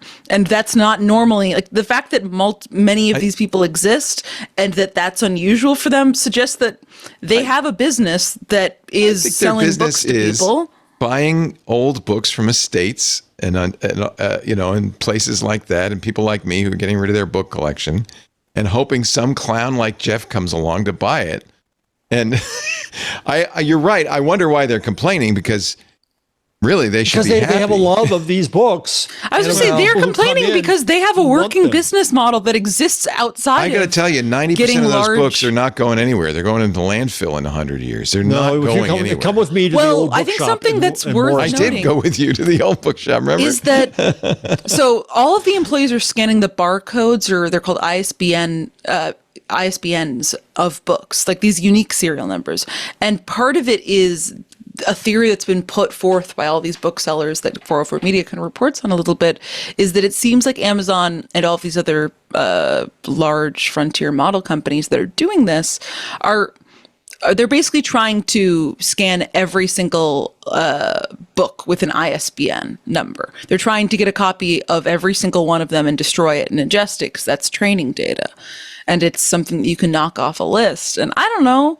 I mean, I think there are a lot of books out there that have ISBNs that will never maybe should exist in see the some light of day. They're going to sit on a dusty bookshelf for you several decades. Philistine. As someone who I love buying old books. I love buying old computer manuals. I understand, And but like when you books go to that those are just old lists of bookstores, URLs from the 90s. do you ever notice that the shelves are getting scarce and smaller as people buy up all those fabulous old books? No, in fact, No, because those then they stores buy are more books. expanding. Because the more, you should see when I go to the old, this is not the bookshop you refer to, the Strand.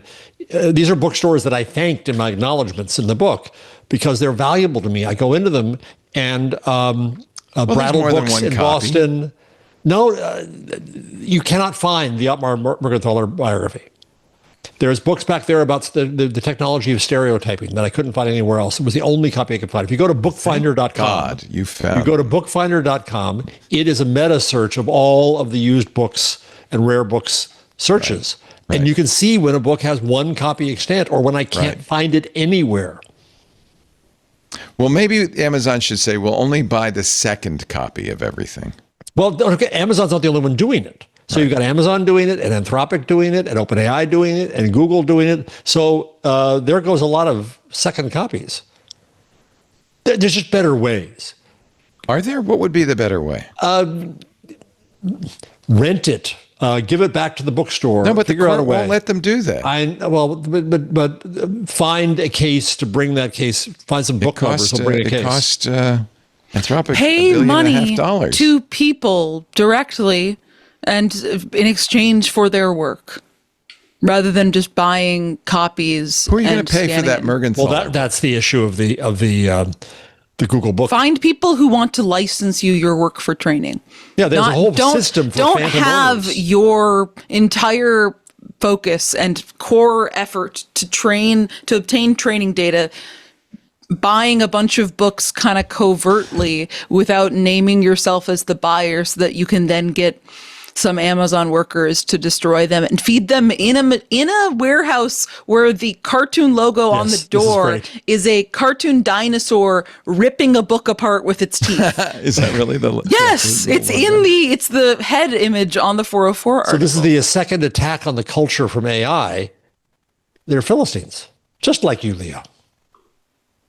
I don't know if they're Philistines or they're trying to preserve it in some That's not unusual preservation. way.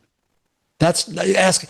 All right, the other way to do it is what Google Books did: go to libraries and do deals with them, and figure out how to do that and preserve them in real ways. Let the library use the digital copies for its benefit, and then take that knowledge as if you just took a book out, which I think would be equally I was just say, legal. OpenAI, who's doing the worst between it and Anthropic, just brought in $6.7 billion in revenue last quarter. They could spend a fraction of that figuring out how to scan a book without destroying it, but figure out how to scan it really fast. I don't think that would be difficult. If AI and everything is so impressive and so all-knowing, and if we've got all the world's smartest people there, I don't know, scan a book in a way that is 3 seconds slower, doesn't destroy it, and then go donate it to a library. And Or be common crawl. No, that's the court would say that's not fair use. Create the common crawl of books and make them available to AI companies. Yeah. Well, you can see how Common Crawl's doing. Because asshole media companies are saying take everything down and hide what they've created from the culture, and they're missing the essential mission of what they should be doing. Create a version of a common crawl that includes books by authors like you two who want to give their work to AI for free. I'm sure there are many people like that, and your work can train the model. You do know where to that find it. most of these books you're talking about are not going to be sold. They're not going to be destroyed. They're going to end up in landfill in 50 years because that bookstore went out of business. You understand that, right? They're not being magically preserved. Well, the fact that these things are being reported by booksellers who have a business selling these books anyway suggests otherwise. It's not like these people are charities. Sorry, Paris. When I take a pile of books to the old bookshop in Morristown, New Jersey, they carefully go through them, and 3/4 of them they say, we can't sell these. Right. The ones that are in the bookstore, they can sell. So what do I do with those? Then I take those to the AAUW annual book sale, and then what you have is people coming in and scanning the books because they find what's going to have a market on eBay. There is a growing, thanks to the internet, we now have a market for used books that didn't exist before. Because of ISBNs, and you can now find these books that you couldn't find, that you had to travel to a library and hope there was one copy you get your hands on. It's wonderful, but We like need to everything do else, this, but for used copies of Barton Fink on Blu-ray is what I want. yes. Did you have any success? I Paris? watched it, by the way, this week. I watched it just to remind me. It's actually a very interesting movie. When I first saw it, I didn't get it. You see why I need to watch it again immediately. Yeah, well, I wouldn't. I don't know if I would need to watch it again, but As someone who it's first time interesting. I'd seen it, I was just like, gotta check that out. Goodman's very good in it. I really enjoyed He's him. phenomenal. Yeah. That one scene with him, real fire. Is it? Yes. He looks pretty sweaty. Yeah, it's because of all the It was real hot. fire he's walking through. Yeah. Wow. I was actually wondering about that. I thought it looked like real fire, and I figured the Coens probably didn't do digital fire. So, yeah, I'm not surprised to hear that it was real. But boy, whew. So the seagull at the end in the beach scene, that wasn't CGI. That was just a random seagull that flew into the shot. Nice, very nice. Benito, I did love notice that you've got Barton Fink facts out the wazoo here. I I know all did about the notice that as Goodman is going out the door, towards the flames, he does kind of dodge in a little bit. So that's what made me think. Because he would have gotten really burnt. Yeah, that's what I thought. All right, let's see here. We are at 1:46 in on the show. But who's counting? Oh, I am. OpenAI introduces ChatGPT for teens. Hey, kids. ChatGPT. As safety That's a better concerns brand. grow, They should have done that. ChatGPT, yeah. This is a new mode in which a chatbot automatically limits some conversations. That's not that new. To better protect young users as scrutiny grows over the harmful effects of artificial intelligence. Is there any way a teenager can safely use AI? Will it let them cheat on their homework? Is my question. So You have to Jason be over Howell 13 today, just to begin with. By the way. Jason Howell went to plain old GPT today and just said, I want to give you my homework. Can you do it for me? And it said, sure. Give me your assignment. I presume ChatGPT will not, but I don't know. I had him ask whether he could tell me how to shoplift at Walmart, and it said, no, I can't do that. Yeah. The company does not ask your age, but they say get ready for this. They track more than 2,000 signals to detect whether a user is under 18, in which case the chatbot will automatically turn on the teen mode. Signals can include things like login times, the length of the account's existence. He says these 2,000 signals are minimally privacy invasive. If the it is supposed to stop them from cheating, though. It's pretty interesting. Does it So speak now you know when you use OpenAI that it's collecting up to 2,000 different signals. Actually, it's collecting an infinite number of signals. I mean, I was going to say 2,000. I feel like would be an underestimate from what I. Yeah. A common thing I see all the time in all the AI subreddits is people being like, it banned me for being underage, but I really need to use it. And people in the comments are like, are you underage? And like, yeah, but I'm 15. I should still be able to use, I have 20,000 messages, the ChatGPT. I just need to get my account back. And it's like, bro, we got to be doing something else with our time here. All the moralization. AI optimism fades among young adults. Young adults do not. They are more excited than concerned. That number is dropping. More concerned than excited. That number is now 55%, according to this poll by somebody. Pew Research Center. AI excitement has dropped off since 2021, mostly because of you guys, I think, but I could be wrong. 55% of adults under 30 say they're more concerned than excited. Oh, it's adults under 30, so I guess you're in that group. It's more in roughly 1 in 10 say they're more excited about AI embedded in daily life. 1 in 10. 73% of adults under 30 say they expect AI will take away jobs over the next 2 decades. That's up from 61% 2 years ago. Yeah, I mean, I don't know anyone younger than me that likes AI. Really? Yeah, it seems pretty prevalent. The only thing I can think of is my sister would sometimes say that she used AI to write work emails, but she'd say that somewhat sheepishly, you know? Have you doxed her to her boss? She left that job. Now okay. She sells, she's full-time influencing. Oh. She makes purses. She sells purses. MeliseNewYork.com. She's a full-time purse seller. No, she's influencing and selling purses. Yeah. So as one does. buy her bags. They're beautiful. They actually are, and they're made of they're handmade recycled fabric and in Manhattan. It's lovely. Yeah. All dead stock materials. Yeah. So just like those books. Wait a minute. Maybe somebody needed that fabric. I mean, how is AI drug discovery doing? Really, asks Science Magazine. The evidence for clinical impact so far is very thin, which probably doesn't surprise you that much. So far. That would be would that be higher if like the money was actually going to that? Maybe. Yeah. There is an interesting, what is METR, meter? I feel like that's an organization I've heard about, but I can't remember. Meter just put out, I think, some It very... says it's a research nonprofit that scientifically measures whether and when AI systems might threaten catastrophic harm to society. That's the meter I'm talking about. They released a model evaluation and threat research frontier risk report. But what's kind of interesting is in this attempt to show how dangerous AI is, they're actually showing how well AI is doing. They are, by the way, in partnership with OpenAI, Anthropic, Google, Meta, Amazon, and AISI. So that's interesting. I found a really interesting report for them showing a variety of categories. This is to follow on with the medication, the meds one. How much progress is being made. Have we seen an acceleration in discoveries? They're looking for what they call slope changes. And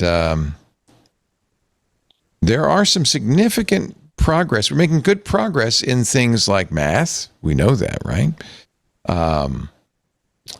Vulnerabilities, we definitely know that. This is a graph that shows the number of vulnerability disclosures, and this last bar at the very, very end, that's all AI driven, thanks to things like Mythos. This is all, here's math problems, same kind of acceleration. You're starting to see, this is in the number of mathematics submissions to archive.org by month, by subfield. Erdos problems, some acceleration. So this is actually a useful measure of what actual progress is AI making.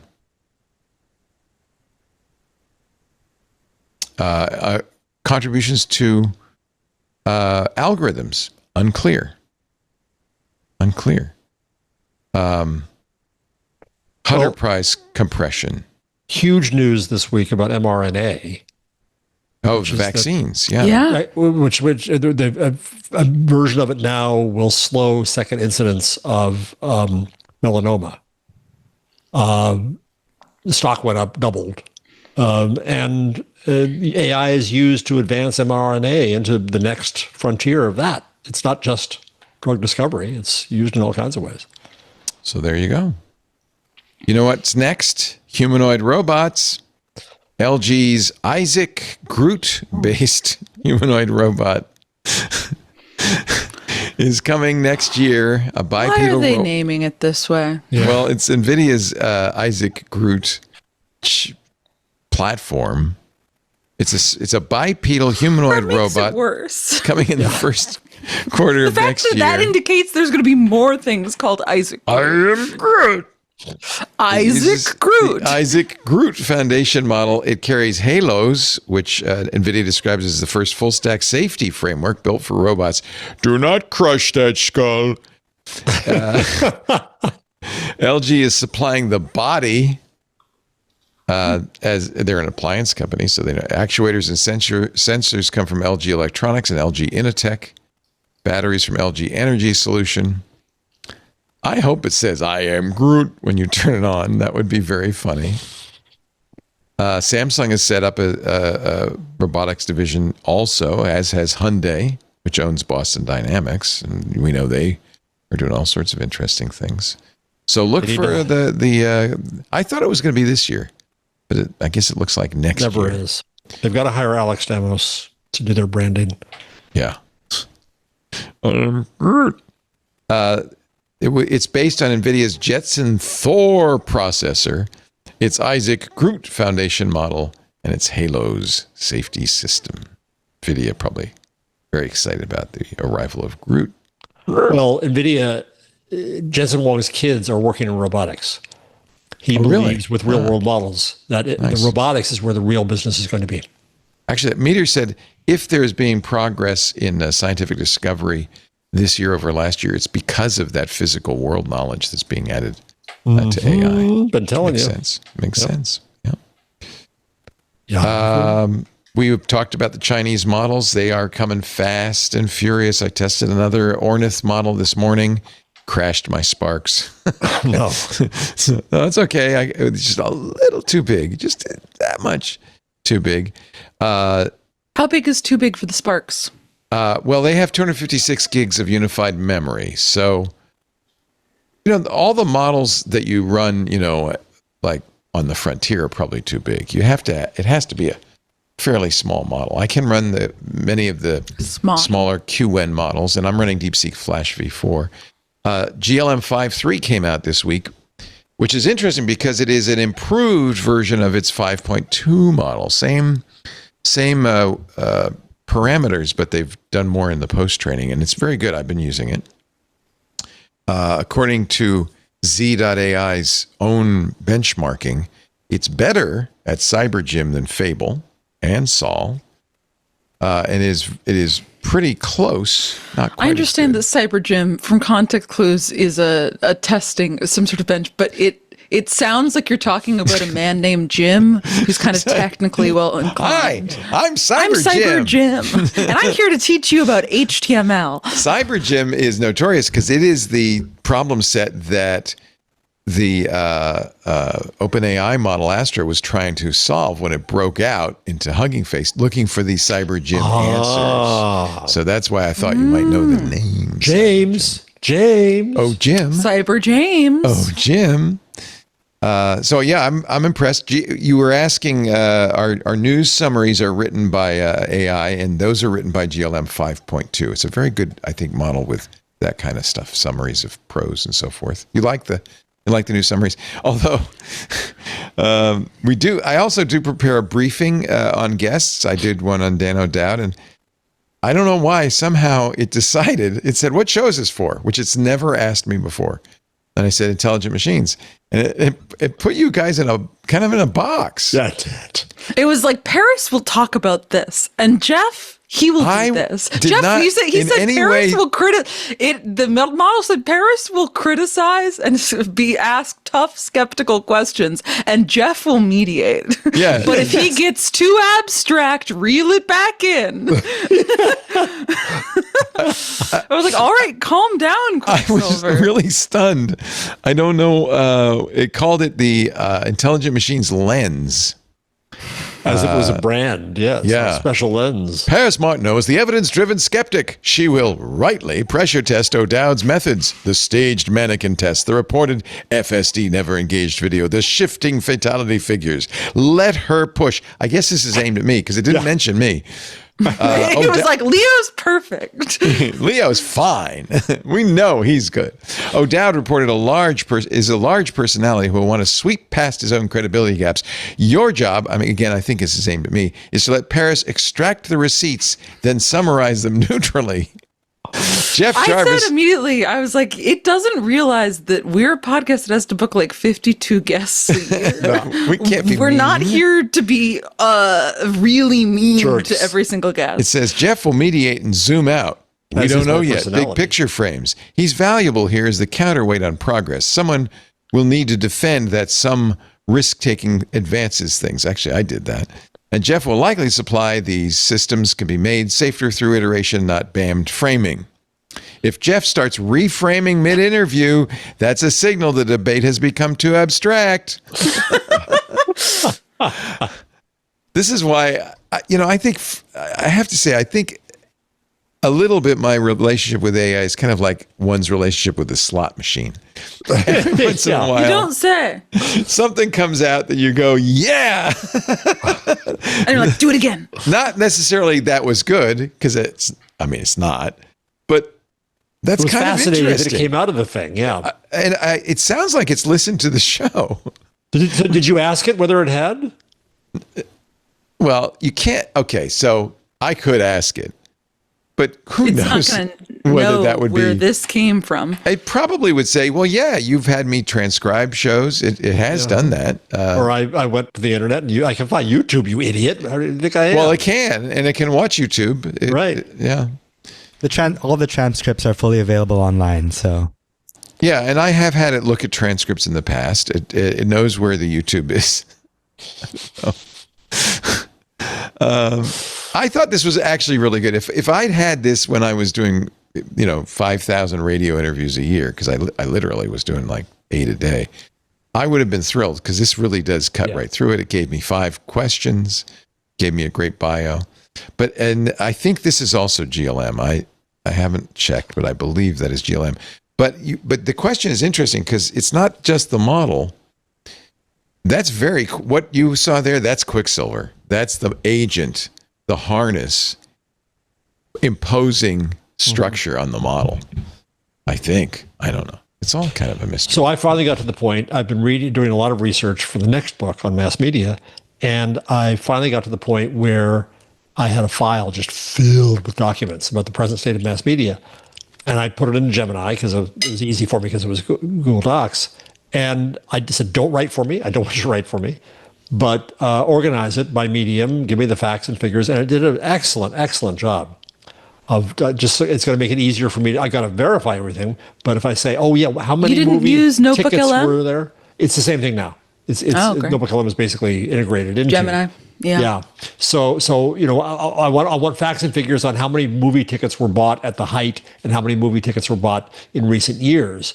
It has that, but it also has the links to where that data is. So when I go and verify, I know I want that to write. I mean, that is the thing I really like about Notebook LM, which is now just called Notebook, which is confusing to refer to. But if you put in a corpus, I guess Gemini Notebook, if you put in a big body of work and various PDFs, you can ask it, you can use like a super search. And specifically when it gives you the response, it has a citation and a link to where in the primary document it was citing that. So it makes checking the work very easy. Well, and what's interesting is all of the companies now are offering some sort of Grok has now Grok Bot, which is a computer in the cloud, but it collects everything it can about you and puts it up there. OpenAI Isn't that an effort to do an agent with? It's an agent. It's an agent. It's a cloud agent without having to install. You don't have to install it locally. Elon's going to run it up in the cloud. OpenAI. Trust Elon, sure. A computer history feature that lets ChatGPT retain a record of all the apps and websites you use. Google said last month it's going to use photos and other material people upload through search to train its AI systems by default. Twitch has been doing that all along. Amazon finally gave users an AI button, which kind of raised the awareness that Twitch has for at least 2 years been saying, we are using your videos, including this video, to train Amazon models. This is Ina Fried writing for Axios. The upside is, of course, more useful personalized AI. That's what an agent is. Mm-hmm. The trade-off is you're giving a lot of information to these companies. It's one of the reasons I had to grant Gemini permission to go to the web. Right. That's interesting. Right. You could turn that off, by the way, which I do. I don't want to give you permission. You do you. You do whatever you need to do, baby. Go for it. Apple says, we're keeping these devices, these requests on device, although, and then it sometimes does go to the cloud, and then they say, but we use private cloud compute, so we don't make that content available to either Apple or third parties. Meta, on the other hand's private policy says, hey, we got it all, baby. We do not use conversations about certain sensitive topics, including health, politics, and religion, to personalize ads. That's because we've been caught doing it, and people get upset. And it does have an incognito chat mode, as I think all of them now are offering. But I think most people probably don't turn it on. There is a value to having the AI know more about you. It makes it more useful. It knows that Paris is going to challenge, that Jeff is going to mediate. It makes it all the more useful. I like being a mediator. So, and if I should have asked it, it'd probably say, and you'll play devil's advocate, won't you? I know you. We know your tricks. We know your tricks. So it's something to be aware of. Actually, Google just bought, this is, I think, a brilliant stroke of genius. As you know, Spirit Airline went out of business. Google just bought all their data. 10 years of data for a mere $10 million. What data is useful to them in I'm this glad case? you asked. Business process is very valuable to these companies because the more they understand business process, the more they can offer tools to businesses to But automate I wonder the if process. would this not be incredibly? I guess I don't know how Spirit Airlines works, but I do know that airlines often end up having some of the most archaic business software I've ever seen. maybe Like they're learning you'll what peer not to over do. the shoulder of someone working at an airline desk, and it is like a computer from 1980 is what they've got going on. Using there. Lotus. I think, though, this wanna is know the what's company interesting about AI. needs. It's not AI is not trying to get the best. It's trying to get it all. It's trying to get everything, and it may help you find the best path through everything, but it's more valuable if it just knows as much as possible.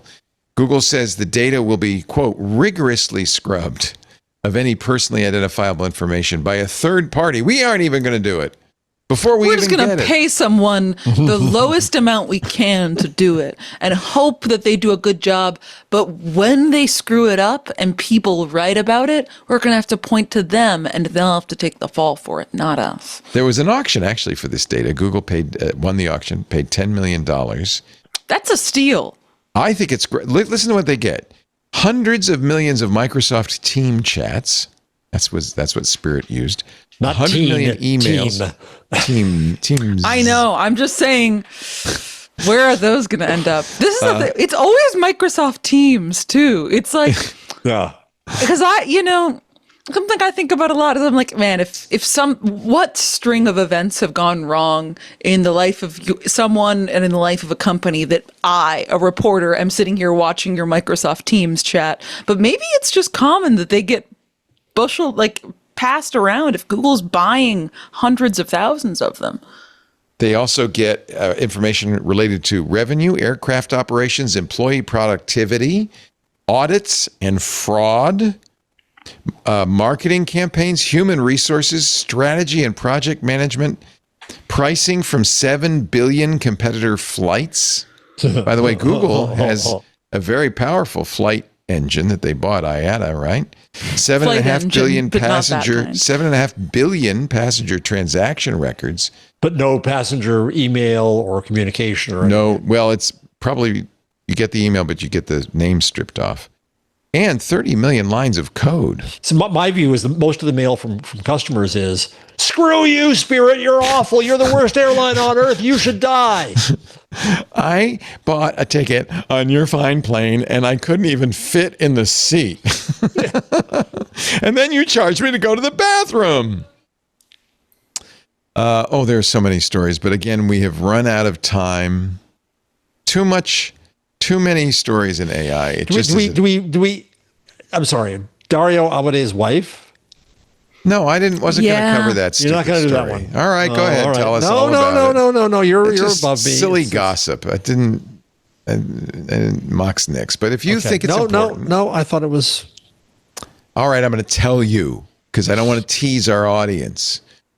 Good, I didn't do it. She was running some sort of adult erotic content company. Women's porn. Was that what it was? It was sensitive porn. Women. Yeah. And she went to Jeffrey Epstein, of all people, for financing. I don't think she got it. But there's emails, obviously, in that file. Right.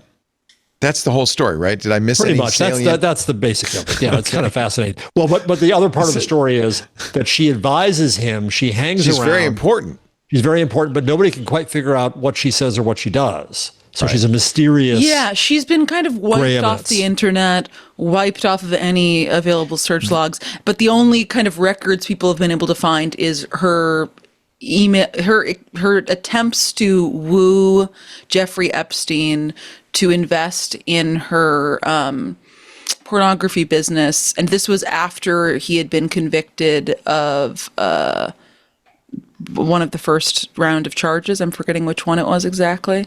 This is probably trafficking. This is the Wall Street Journal's breaking news. Even Claude is in the dark about Dario Amade's wife and her influence at Anthropic. It seems a little bit like a hit piece, but okay. All right. Well, as they're going to an IPO, you kind of want to know more about it. Porn is not illegal. What Jeffrey Epstein did is illegal. No, the aspect of it that's notable is not the porn aspect. It's that she was really trying to court. She was really trying to court Jeffrey Epstein after he had been convicted of, presumably at this point, trafficking, and he had to be the one to be like, I cannot invest in a company related to sex. Right on. At least he had some scruples. She was dating Eric Schmidt, former Google CEO, and introduced him to her brother, her husband, and his husband's sister, a key early investor. So that was important. Now, I think this is a little bit sketch, this paragraph. Despite her influence, there are scant details about Clark online, and efforts have been made to remove references to her, according to a Wall Street Journal analysis and a person familiar with the matter. A person familiar with the matter. I don't know. Somebody searched. All right. You did that one. Thank you very much. The other one I wanted to get a sense from you on is Stripe buying OpenRouter for $7 billion. That I understand. One to me? Yeah, explain that to me. It's fascinating.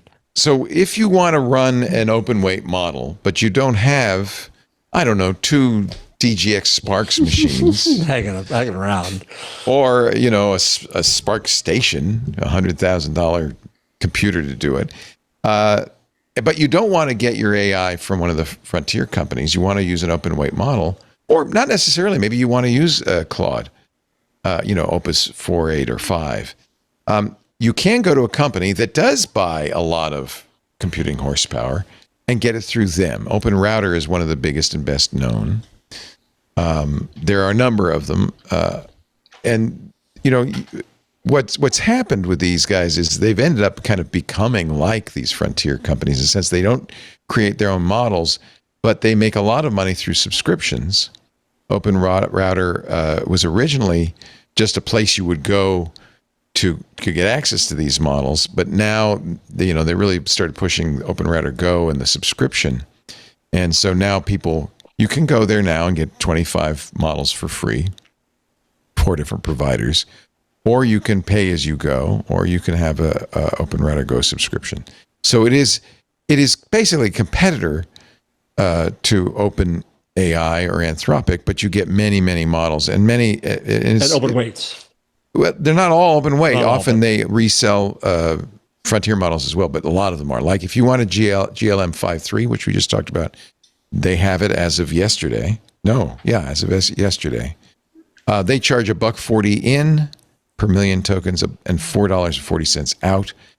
Usually you get a better deal. Often they'll have loss leaders where it's free for 3 days or whatever, so you can try it out. Nematron, the streaming multilingual model from NVIDIA, is 0.000003 cents a second. So they charge by time there. In that case, yeah. Well, usually they charge by tokens. You can get ByteDance's C-Dream, which is a image generation model from ByteDance for 3.5 cents per image. So things like that. So actually, I think there's a growth area, and I think that they're probably right to pick them up. I think this seems. How does it fit with Stripe? Diversity for them? Yeah, probably it's a diversification thing. I mean, I'm sure they use Stripe for payments. I don't know. That's interesting. So I just thought it was interesting. Did you see that Stripe announced this week that the Singularity has begun? Oh, thank God. I've been waiting. It actually began January 1st. It was very... January 1st? We've been sitting here in the Singularity for 9 months? Little did we know. Well, it's supposed to be over then, right? Then everything's time is supposed to have stopped already then, right? No, yeah, it's not I didn't realize it, but it's actually been January. It's an AI singularity. This whole time. Well, that's funny. It's in direct contrast to the story about AIs not being self-improving. AIs not really happening. So I don't know. I tell you what, if you follow the AI section on X.com, holy cow! Every 5 minutes there's a new model. There's a spin on an old model. I can't believe you're back on Twitter. I checked out Blue Sky. I have an AI search on Blue Sky. It's like Because we have other things to AI talk is about great. there. But well, I'll show you if you go to x.com and just go to the AI thing. It's a lot of the people we've talked to, and for the most part, they're talking about models and what's going on. Is this your own AI list? No, this is their AI. This is theirs, yeah. And that I was really grateful that Elon actually created this. By the way, Elon does not show up a lot on this, which makes it even more He doesn't know exciting. what he's talking about. Yeah. So yeah, I actually spent a lot of time looking at stuff, and I have Quicksilver go out every morning and scan. Is Quicksilver running on Grok? No, Quicksilver is running on DeepSeek Flash V4 over there on my Sparks. It had to run on Grok. Actually, it was running on Grok this morning. Maybe that's what you saw. I don't know how you would see it, but it was. I can feel it. Because I did brain surgery on it. I stupidly saw somebody You did on surgery on a X. grape? Yeah, I saw somebody in X say, hey, the new Ornith model, which is based on Quen 3.5, is really great, and you can run it on dual Sparks. So I said, hey, Quicksilver, take your brain out of your head and put this other brain in and tell me if it's better. After I did that, I realized, oh my God, that's what it's running on. So I fortunately... Was it better? No, it crashed the Sparks because it was just a little bit too big. It was just a little too big. But you know what? Next week, they'll make it a little bit smaller. Mm-hmm. It'll fit. Do you have 256 gigs on each or total? The Sparks. Each. No, total. Oh, okay. So it's 128 each. Total. So it's 128. Okay. Yeah, it's 256 total. I have 128 on the framework. I have 64 on the Mac. I have 24 on 24 CUDA RAM on my RTX 3090 on my Alienware gaming machines. I have 4 different machines running local models right now. It's fun. You wonder why it's hot up there. It is so hot. Does that come out It to a is so terabyte? hot. Do you have a terabyte of RAM running right now? 128, 256, 64, 128, 256, 512. No, it's kind of almost 600 gigs. But they're not. But you can't. They're not all. You can't have one model showing them all. That's the problem. Yeah. It's not. They're not parallel. Yeah. It's fun though. There's a lot going on. We are in a very interesting times, and the models are getting better and better, and closer to the frontier.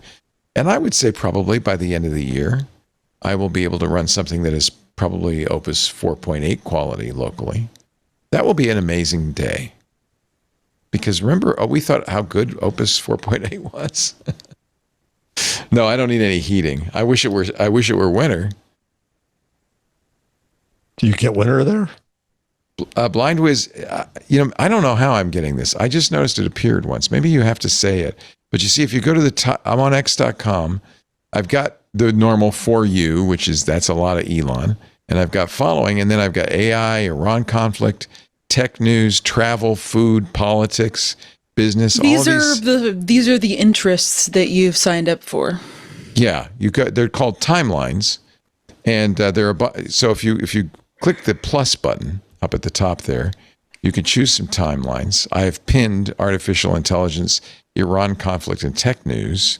I could probably take Iran conflict off because I think that's over. But these are the other choices you have. Darren is saying that you need to be an ex-Premier user to get this. Oh, I'm an involuntary blue check. That's probably why. I got didn't blue pay checked for it. again. I got a notice saying you're being reviewed for a blue check. It'll take a while, and then 2 seconds later, you have a blue check. Yeah. I of course It's a certain amount of, if you have a certain amount of followers that have blue Right. checks, it will automatically. So probably some people unfollowed you because of your tweets, and then because I guess you've been tweeting more pro AI stuff. No, I had blue checks followed you. 550,000 followers. I'm talking about Jeff. Oh, Jeff. No, I had more than 500,000, and then I announced I'm not going to ever be here again. I'm leaving. And that didn't really do much. It's now 445,000 followers. I think it's the number. So Elon, at some point, they took away my blue check when I didn't give him any money. I have the plaque still that says I had a blue check when it meant something. But then at some point, months ago, Elon decided to give some people back their blue checks. And you know what? whatever. If it gives me that AI feed, it's I don't know. It's worth it not to pay anything for it. You get a lot of Gary Marcus, I see. That must make you happy. Way too much Gary Marcus. Wow, is he in there? He's very active. He's very active. All right. You're watching Intelligent Machines. Guess what? Our picks of the week coming up next. Jeff Jarvis, Paris Martineau. We're so glad you're here. We're so glad our club members are here, too. They make this possible. I talked about this a little bit on Windows Weekly. I think, Jeff, you'd be kind of interested in this, too. There's been lately a movement of a number of agencies have gotten together with Spotify and Amazon and others to basically undermine the idea of downloadable podcasts. Why, you might say? What do they care? They only want to count streams.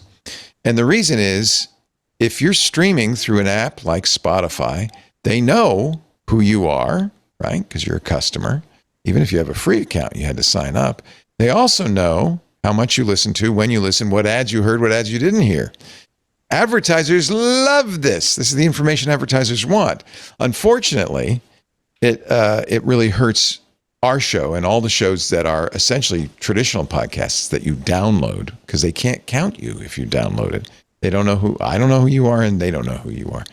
Furthermore, YouTube exacerbated all this yesterday when they announced, you know what a view is on YouTube? 1 second. You watch it for 1 second, that's a view. Now, I've always thought YouTube views are inflated, but now they're really going to be. Well, and the advertising agencies took this as a signal that, oh, great, we no longer have to count YouTube. They don't, remember, the advertisers we have on this show pay by the number of people who download the show. They call it impressions. And the more impressions, the more the ad costs. So the lower the number, the better. So there's huge pressure on downloadable podcasts. It is not good for the podcast industry. And thankfully, we have you, and we can rely on you. You notice we have fewer ads. There are a number of reasons for that. The economy, I'm sure, is part of that. Outsourcing our sales is part of that. But also, I think a lot of the big advertisers, you notice we don't have consumer advertisers anymore. They really want to know who you are, and they want more information about you, and we can't provide it. So what happens? Well, I guess one option is we could just close down shows, let go of people, maybe even go out of business. The other option is to come to you, the people who listen to our shows, and say, hey, if you like this and you want to keep it going, the best thing you could do is to support it. That's why we created Club Twit. $10 a month. You get ad-free versions of the shows. You're paying us. We don't need to show you ads. So your privacy is even more protected. You also get access to the Club Twit Discord, a great hang. You get lots of extra programming that we do. We know we can't sell advertising on our AI user group or our book club or our media club or our photography club. We know those aren't advertiser targets, but we want to do them. And thanks to the club, we can. So if you like this kind of show, if you listen to, 1 or 2 shows a week on the Twit network, a couple of bucks per show seems not like an unreasonable amount of money. We'd appreciate it if you'd help us out, support us. And if you can't, I understand. We'll always offer our content for free. But if you can, please, twit.tv/club twit. Yeah, those are the AMP Accords. That's exactly it. It's a new way of measuring podcasts that does not include downloads, basically. Thank you, Patrick Delahanty, who is our CIO and is, part of the group of people who aren't thrilled about this. As posted a link in our club if you want to read more. It's really messed up. I'm not crazy about it, I must say. On the other hand, I do like the it's idea. It's shocking to me that Google would suddenly just give up on views being a meaningful metric. Don't get this wrong. Look at these same ad agencies are going to pay creators with millions of views, millions of dollars. They're not abandoning YouTube. Even though it's the same thing. Yes. This is just a pretext for them to get rid of podcasts. This has nothing to do with money being spent on YouTubers. Believe me, they're not going to stop doing that because they really believe in YouTubers. And they believe those download numbers on YouTube, which I've always thought were highly inflated. But they don't care about that.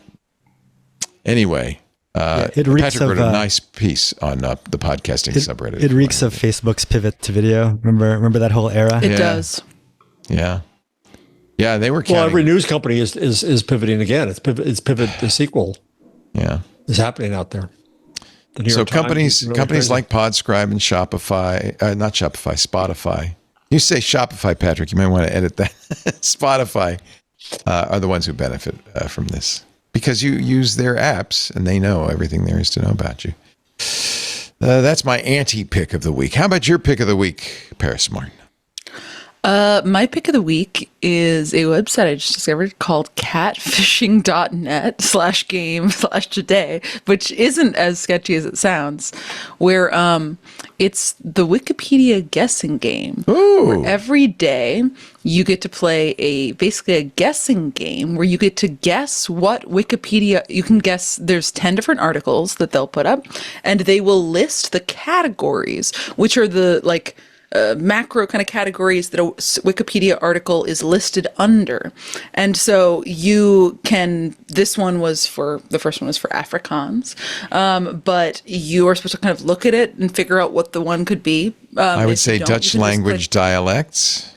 Yeah. So I don't understand. How is this supposed to work? I'm supposed to click that click button? next. Click next.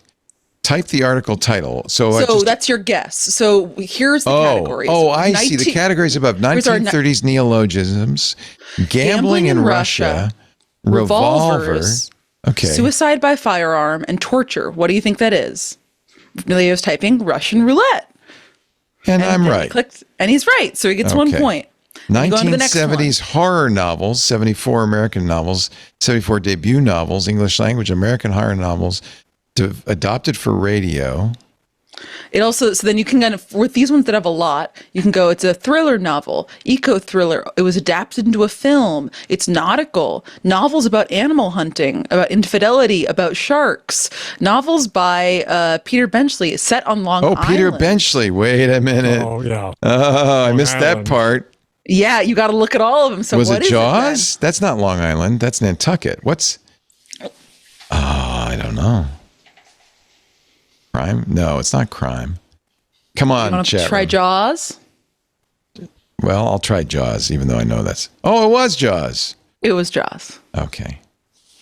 It's a British Long Island astronomers of the 18th century, female. Some of them are really hard. So you can kind of scan it and see that this is like a scientist from Hanover who's a female. She won the gold medal of Royal Astronomical Society. I couldn't get this one. She was born in 1750, died in 1848. I don't know any female astronomers from the 18th century. So you could press the red button on the left if you just want to get the answer and you don't want to guess that's it. what that button is. Okay. Yeah. Oh, Herschel. Caroline Herschel. Herschel. Great portrait they got She's of her. the sister of the very well-known William Herschel. Mm-hmm. But of course, because she's a woman, no one ever heard of her. Yeah. So you can do 10 of these every day they publish. This is fun. It's really fun. So this one, it's a 1980s dystopian film. Came out in 82.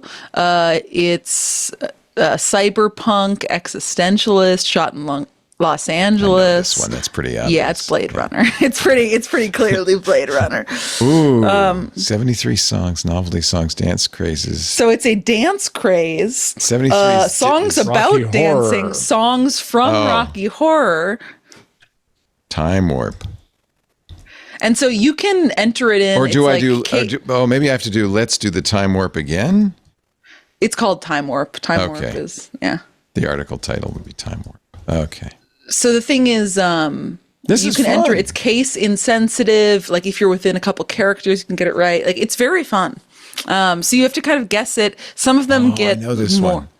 Yeah. Oh, the it's a Raven, mythological what's her name? duo, though. I know. And so the thing is, when one of the rules of it is it'll never have the word in the title Right. that is in one of these categories. It's like password. Yeah. Yeah. It's fun. Living people, American bloggers, television personalities from California, Canadian television hosts, people from Sonoma County, people from New York City, Emmy Award winners, amateur radio people, Berkeley Macintosh user group members. I think I know who that is, Patrick. I think I could figure it out. Very cool. Catfishing, bad name, .net. great site. catfishing.net, the game. Jeffrey Jarvis, what's your pick of the week? All right, well, I can do a few things here. One is I've got a new business model for you, Leo. Okay, I'm ready. I've got you a use for these sparks that you bought. Yeah. A Beijing AI-themed bar offers tokens with the beer. Apparently he's losing money, though. That's the issue. It's the AGI bar.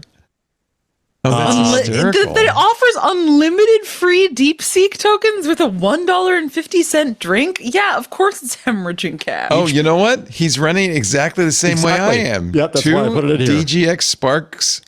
They're on display.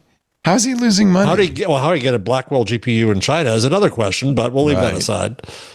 10 times more drinks are given away than sold.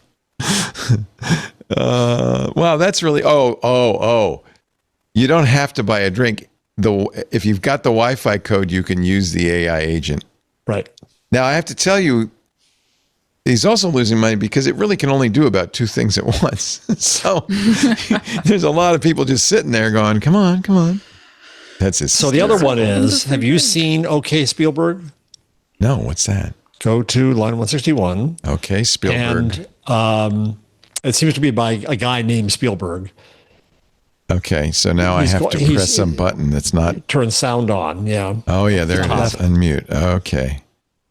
Here we go. Shall we play it? Go ahead, I think you're fine. Okay, this is absolutely nuts. I just uploaded a page from the screenplay for Forrest Gump into Spielberg's AI program. I got to show you this. So I uploaded this random page from the screenplay of Forrest Gump into OK Spielberg. EX3, Greenboro, Mrs. Gump and Forrest walk across the street. Mom said that the Forrest part was to remind me that sometimes we all do things that, well, just don't make no sense. Forrest stops suddenly at his braces get stuck. His leg brace gets stuck in the grate. Is this a real? I don't think that happened in Forrest Gump. That happened. I don't know. This is real. Okay, so he's uploading a real script. He's describing the real page that he's uploading. And then he uploads it to an AI that I presume he's made. I think so. Yes. Forrest pulls his foot out of the grate. All right. Can you bump that volume up a little? That's just all the way up, she looks unfortunately. up and notices the two old men. So I went to the direct, chose C dance. Oh, it makes a video. Yes. Hit action. Here's what I got. Mama said that the Forrest part was to remind me that Wow. do things that C dance is very good. don't make no I'm telling you, video generation, revolutionary. Wait. But imagine what the implication of this is. You write the script, This way. Yep. it makes the movie. Yep. Exactly. Yes, Wow. Jeff, but you're talking about like the importance of word choice. Like how many choices now? It's not quite as good. It's not quite as good, but I can't make a movie. I've got a movie I want to make. I can't make it. Uploaded the script. I didn't do anything else. That's pretty impressive. It's impressive. Yeah. He's spending, by the way, a lot of money in C-Dance tokens. C-Dance. There are some very good video generation models. Flux, C-Dance, Higgsfield. They're really good. This is the real problem at this point is, remember when, I think I mentioned this last week. Remember when making a video of Will Smith eating a bowl of spaghetti, and it was like this was a year ago. Yeah. It was all melty and he had 8 fingers and it was bad. And then the most recent one I saw was a bunch of Will Smiths in a bowl of Fruit Loops and spaghetti was eating him. And it was perfect. So we are very much at a watershed moment for video. So I don't know whether you're coming to New York for the podcast festival, but South by Southwest is launching a podcast festival next year. Oh, that we need because the one that happens now isn't great. The guy who posted that TikTok is the creator of the tool. Yeah. Yeah. Here is a video of, I don't know. This is not the one I was thinking of. This is 3 years ago. Okay. What? This is what it looked like 3 years ago. All right. I'm just saying. Will Smith eating spaghetti 3 years ago. Not good. This has artistic merit in my opinion. Yeah. It's claymation. Yeah. Let me see if I can find the new one. The progression now. See, the problem is it's brand new. We can see the progression over 3 years in this Instagram, but it doesn't have the latest one. But this is Will Smith eating spaghetti 2023. It's not good. It's still pretty bad. It's not good. That's 2024. I love that this is an Instagram reel of a tweet. And now 2025. Well, it's starting to look good. 2026. Oh, this is actually, I've seen this. This is him and his son talking about eating spaghetti. I heard it can create multiple scene cuts like this with a single prompt.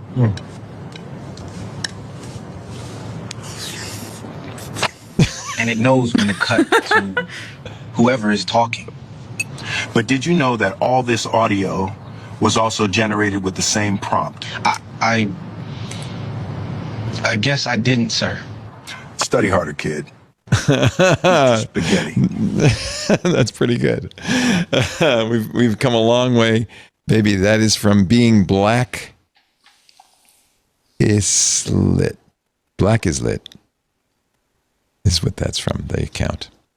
That's it. Do you have anything else, Jeff? I went to the panel picker for South by Southwest for this year, and I searched for agent. There are 172 suggested sessions on agent. There are 1,400 suggested sessions mentioning AI. Wow. And there are 231 And how many sessions are podcasts. there? Well, not nearly that many. That's the picker. So you got to get voted in. And Those are then the there'll be far suggestions. fewer. Yes. Yeah. So good. I'm glad that they're doing. Where will be the South by Southwest podcast conference? Will that be in Austin? Because I'll go to that. Yeah, I presume so. But I am coming out to New York. I have I know Paris will be unfortunately. She'll the weather. have packing up her nose. It'll But not be great. and I'm sorry, but that's anyway. I've asked Henry if he'll let us do a meetup at Salt Hanks on Friday the 17th. He said he can't do it on the 18th because that's Benny Blanco Day at Salt Hanks, and apparently it's a zoo. But maybe we can do it the day before. Wait, I think September? it should be more of a zoo when Leo Laporte Day at Salt Hanks than Benny Blanco Day. Yes. And that's Friday my is goal. the 18th. 18th, so the 19th is Benny Blanco Day. Oh, but Henry has not yet given me permission, so stay tuned. We're going to all have French dip. It's going to be fun. No, it's too expensive. Don't you pick it up for everybody. They buy on their own. Yeah, well, maybe Salt Hank will do it. He's going to the U.S. Open to do sandwiches for the tennis guys. Really? Yeah. That's cool. You saw the video of him getting Djokovic writing autographing his forehead last year. Yes. But I don't know where Henry got to be a tennis fan. It wasn't me. Maybe it was you, Jeff. I think you influenced I like him. tennis. You don't go to the U.S. Open anymore. Not though. You used anymore, to do no. that. No, we think it's my wife thinks it's ruined. Oh, just like Burning Man. Sold it. It's yeah. We used to love to go to Burning Man. You did? No. God, no. Could you imagine Jeff being in the desert for a week? Totally. No. Totally. I won't go on a beach because I get sand in my socks. No. Yeah. Ladies and gentlemen, we have completed this thrilling, gripping edition of Windows Intelligence Twit Tests. Intelligent machines. I'm failing. I need a new LLM inserted right here. One fun fact before we close the show, is that 22 years ago today, Google was founded. And this show used to be called This Week in Google. Happy birthday, Happy birthday to you. 22. Wow. Just think. Or sorry, 27, 28, something like that. We're there. I It was going to remember be a pizza going when it delivery was company. early on. I went to a lunch that Sergey and Larry sponsored for Tech Press. There was about 12 of us there to introduce us to Google. Or sorry, it's the 22nd anniversary of their IPO. I'm sorry. Oh yeah, Okay, that makes sense. Yes. yeah. And they gave us all a Brio train. You know those wooden trains kids play with? They have little magnets. Mm-hmm. And I wish I still had it. It had GOOGLE. Oh, that would look great on the thing behind It would be you, such Leo. a classic thing. I don't know what happened to it. Probably my kids got it because they were still little. But yeah, I mean, it was so new. Nobody knew. I also remember going to see the Yahoo servers in a little storefront in Mountain View with Jerry Yang. I had meetings at Yahoo with my boss, Steve Newhouse. Gave me a little tour. Yeah. I got the chief Yahoo business card. Yep. Been here a long time, kids. Long time. You know what I was thinking? What did the Google IPO open at? Does anyone remember? I'm sure it went very well. They didn't want to go public. I'm looking at a Fortune magazine cover story from the IPO that says, "Is this company worth $165 a share?" So I assume around there. They did not want to go public, but they were required to by Sarbanes-Oxley. They had too many stockholders, right? Yep. Shareholders. Yep. And now, of course, the Jobs Act changed that, and you can have as many as you want. Of course. Thank you, everybody, for being here. We do this show every Wednesday right after Windows Weekly, 2 p.m. Pacific, 5 p.m. Eastern, 2100 UTC. You can watch it live if you're in the club, of course, in the Club Twit Discord, but otherwise, YouTube, Twitch, X.com, Facebook, LinkedIn, or Kick. After the fact, get a copy of the show from our website, audio or video, at twit.tv/IM. There's also a YouTube channel dedicated to the video. Watch it for 1 second. That's all we care about. And actually, our favorite thing is if you download it, right? Get it in your favorite podcast client, download it, and then you'll have it. You can listen whenever you want. And you can listen to it without anybody listening back. That's what I like. Thanks for being here, everybody. We'll see you next time on Intelligent Machines. Bye-bye. Hey, everybody, it's Leo Laporte. You know about Mac Break Weekly, right? You don't? Oh, if you're a Macintosh fan or you just want to keep up what's going on with Apple, this is the show for you. Every Tuesday, Andy Anako, Alex Lindsay, Jason Snell, and I get together and talk about the week's Apple news. It's an easy subscription. Just go to your favorite podcast client and search for Mac Break Weekly or visit our website, twit.tv/MBW. You don't want to miss a week of Mac Break Weekly.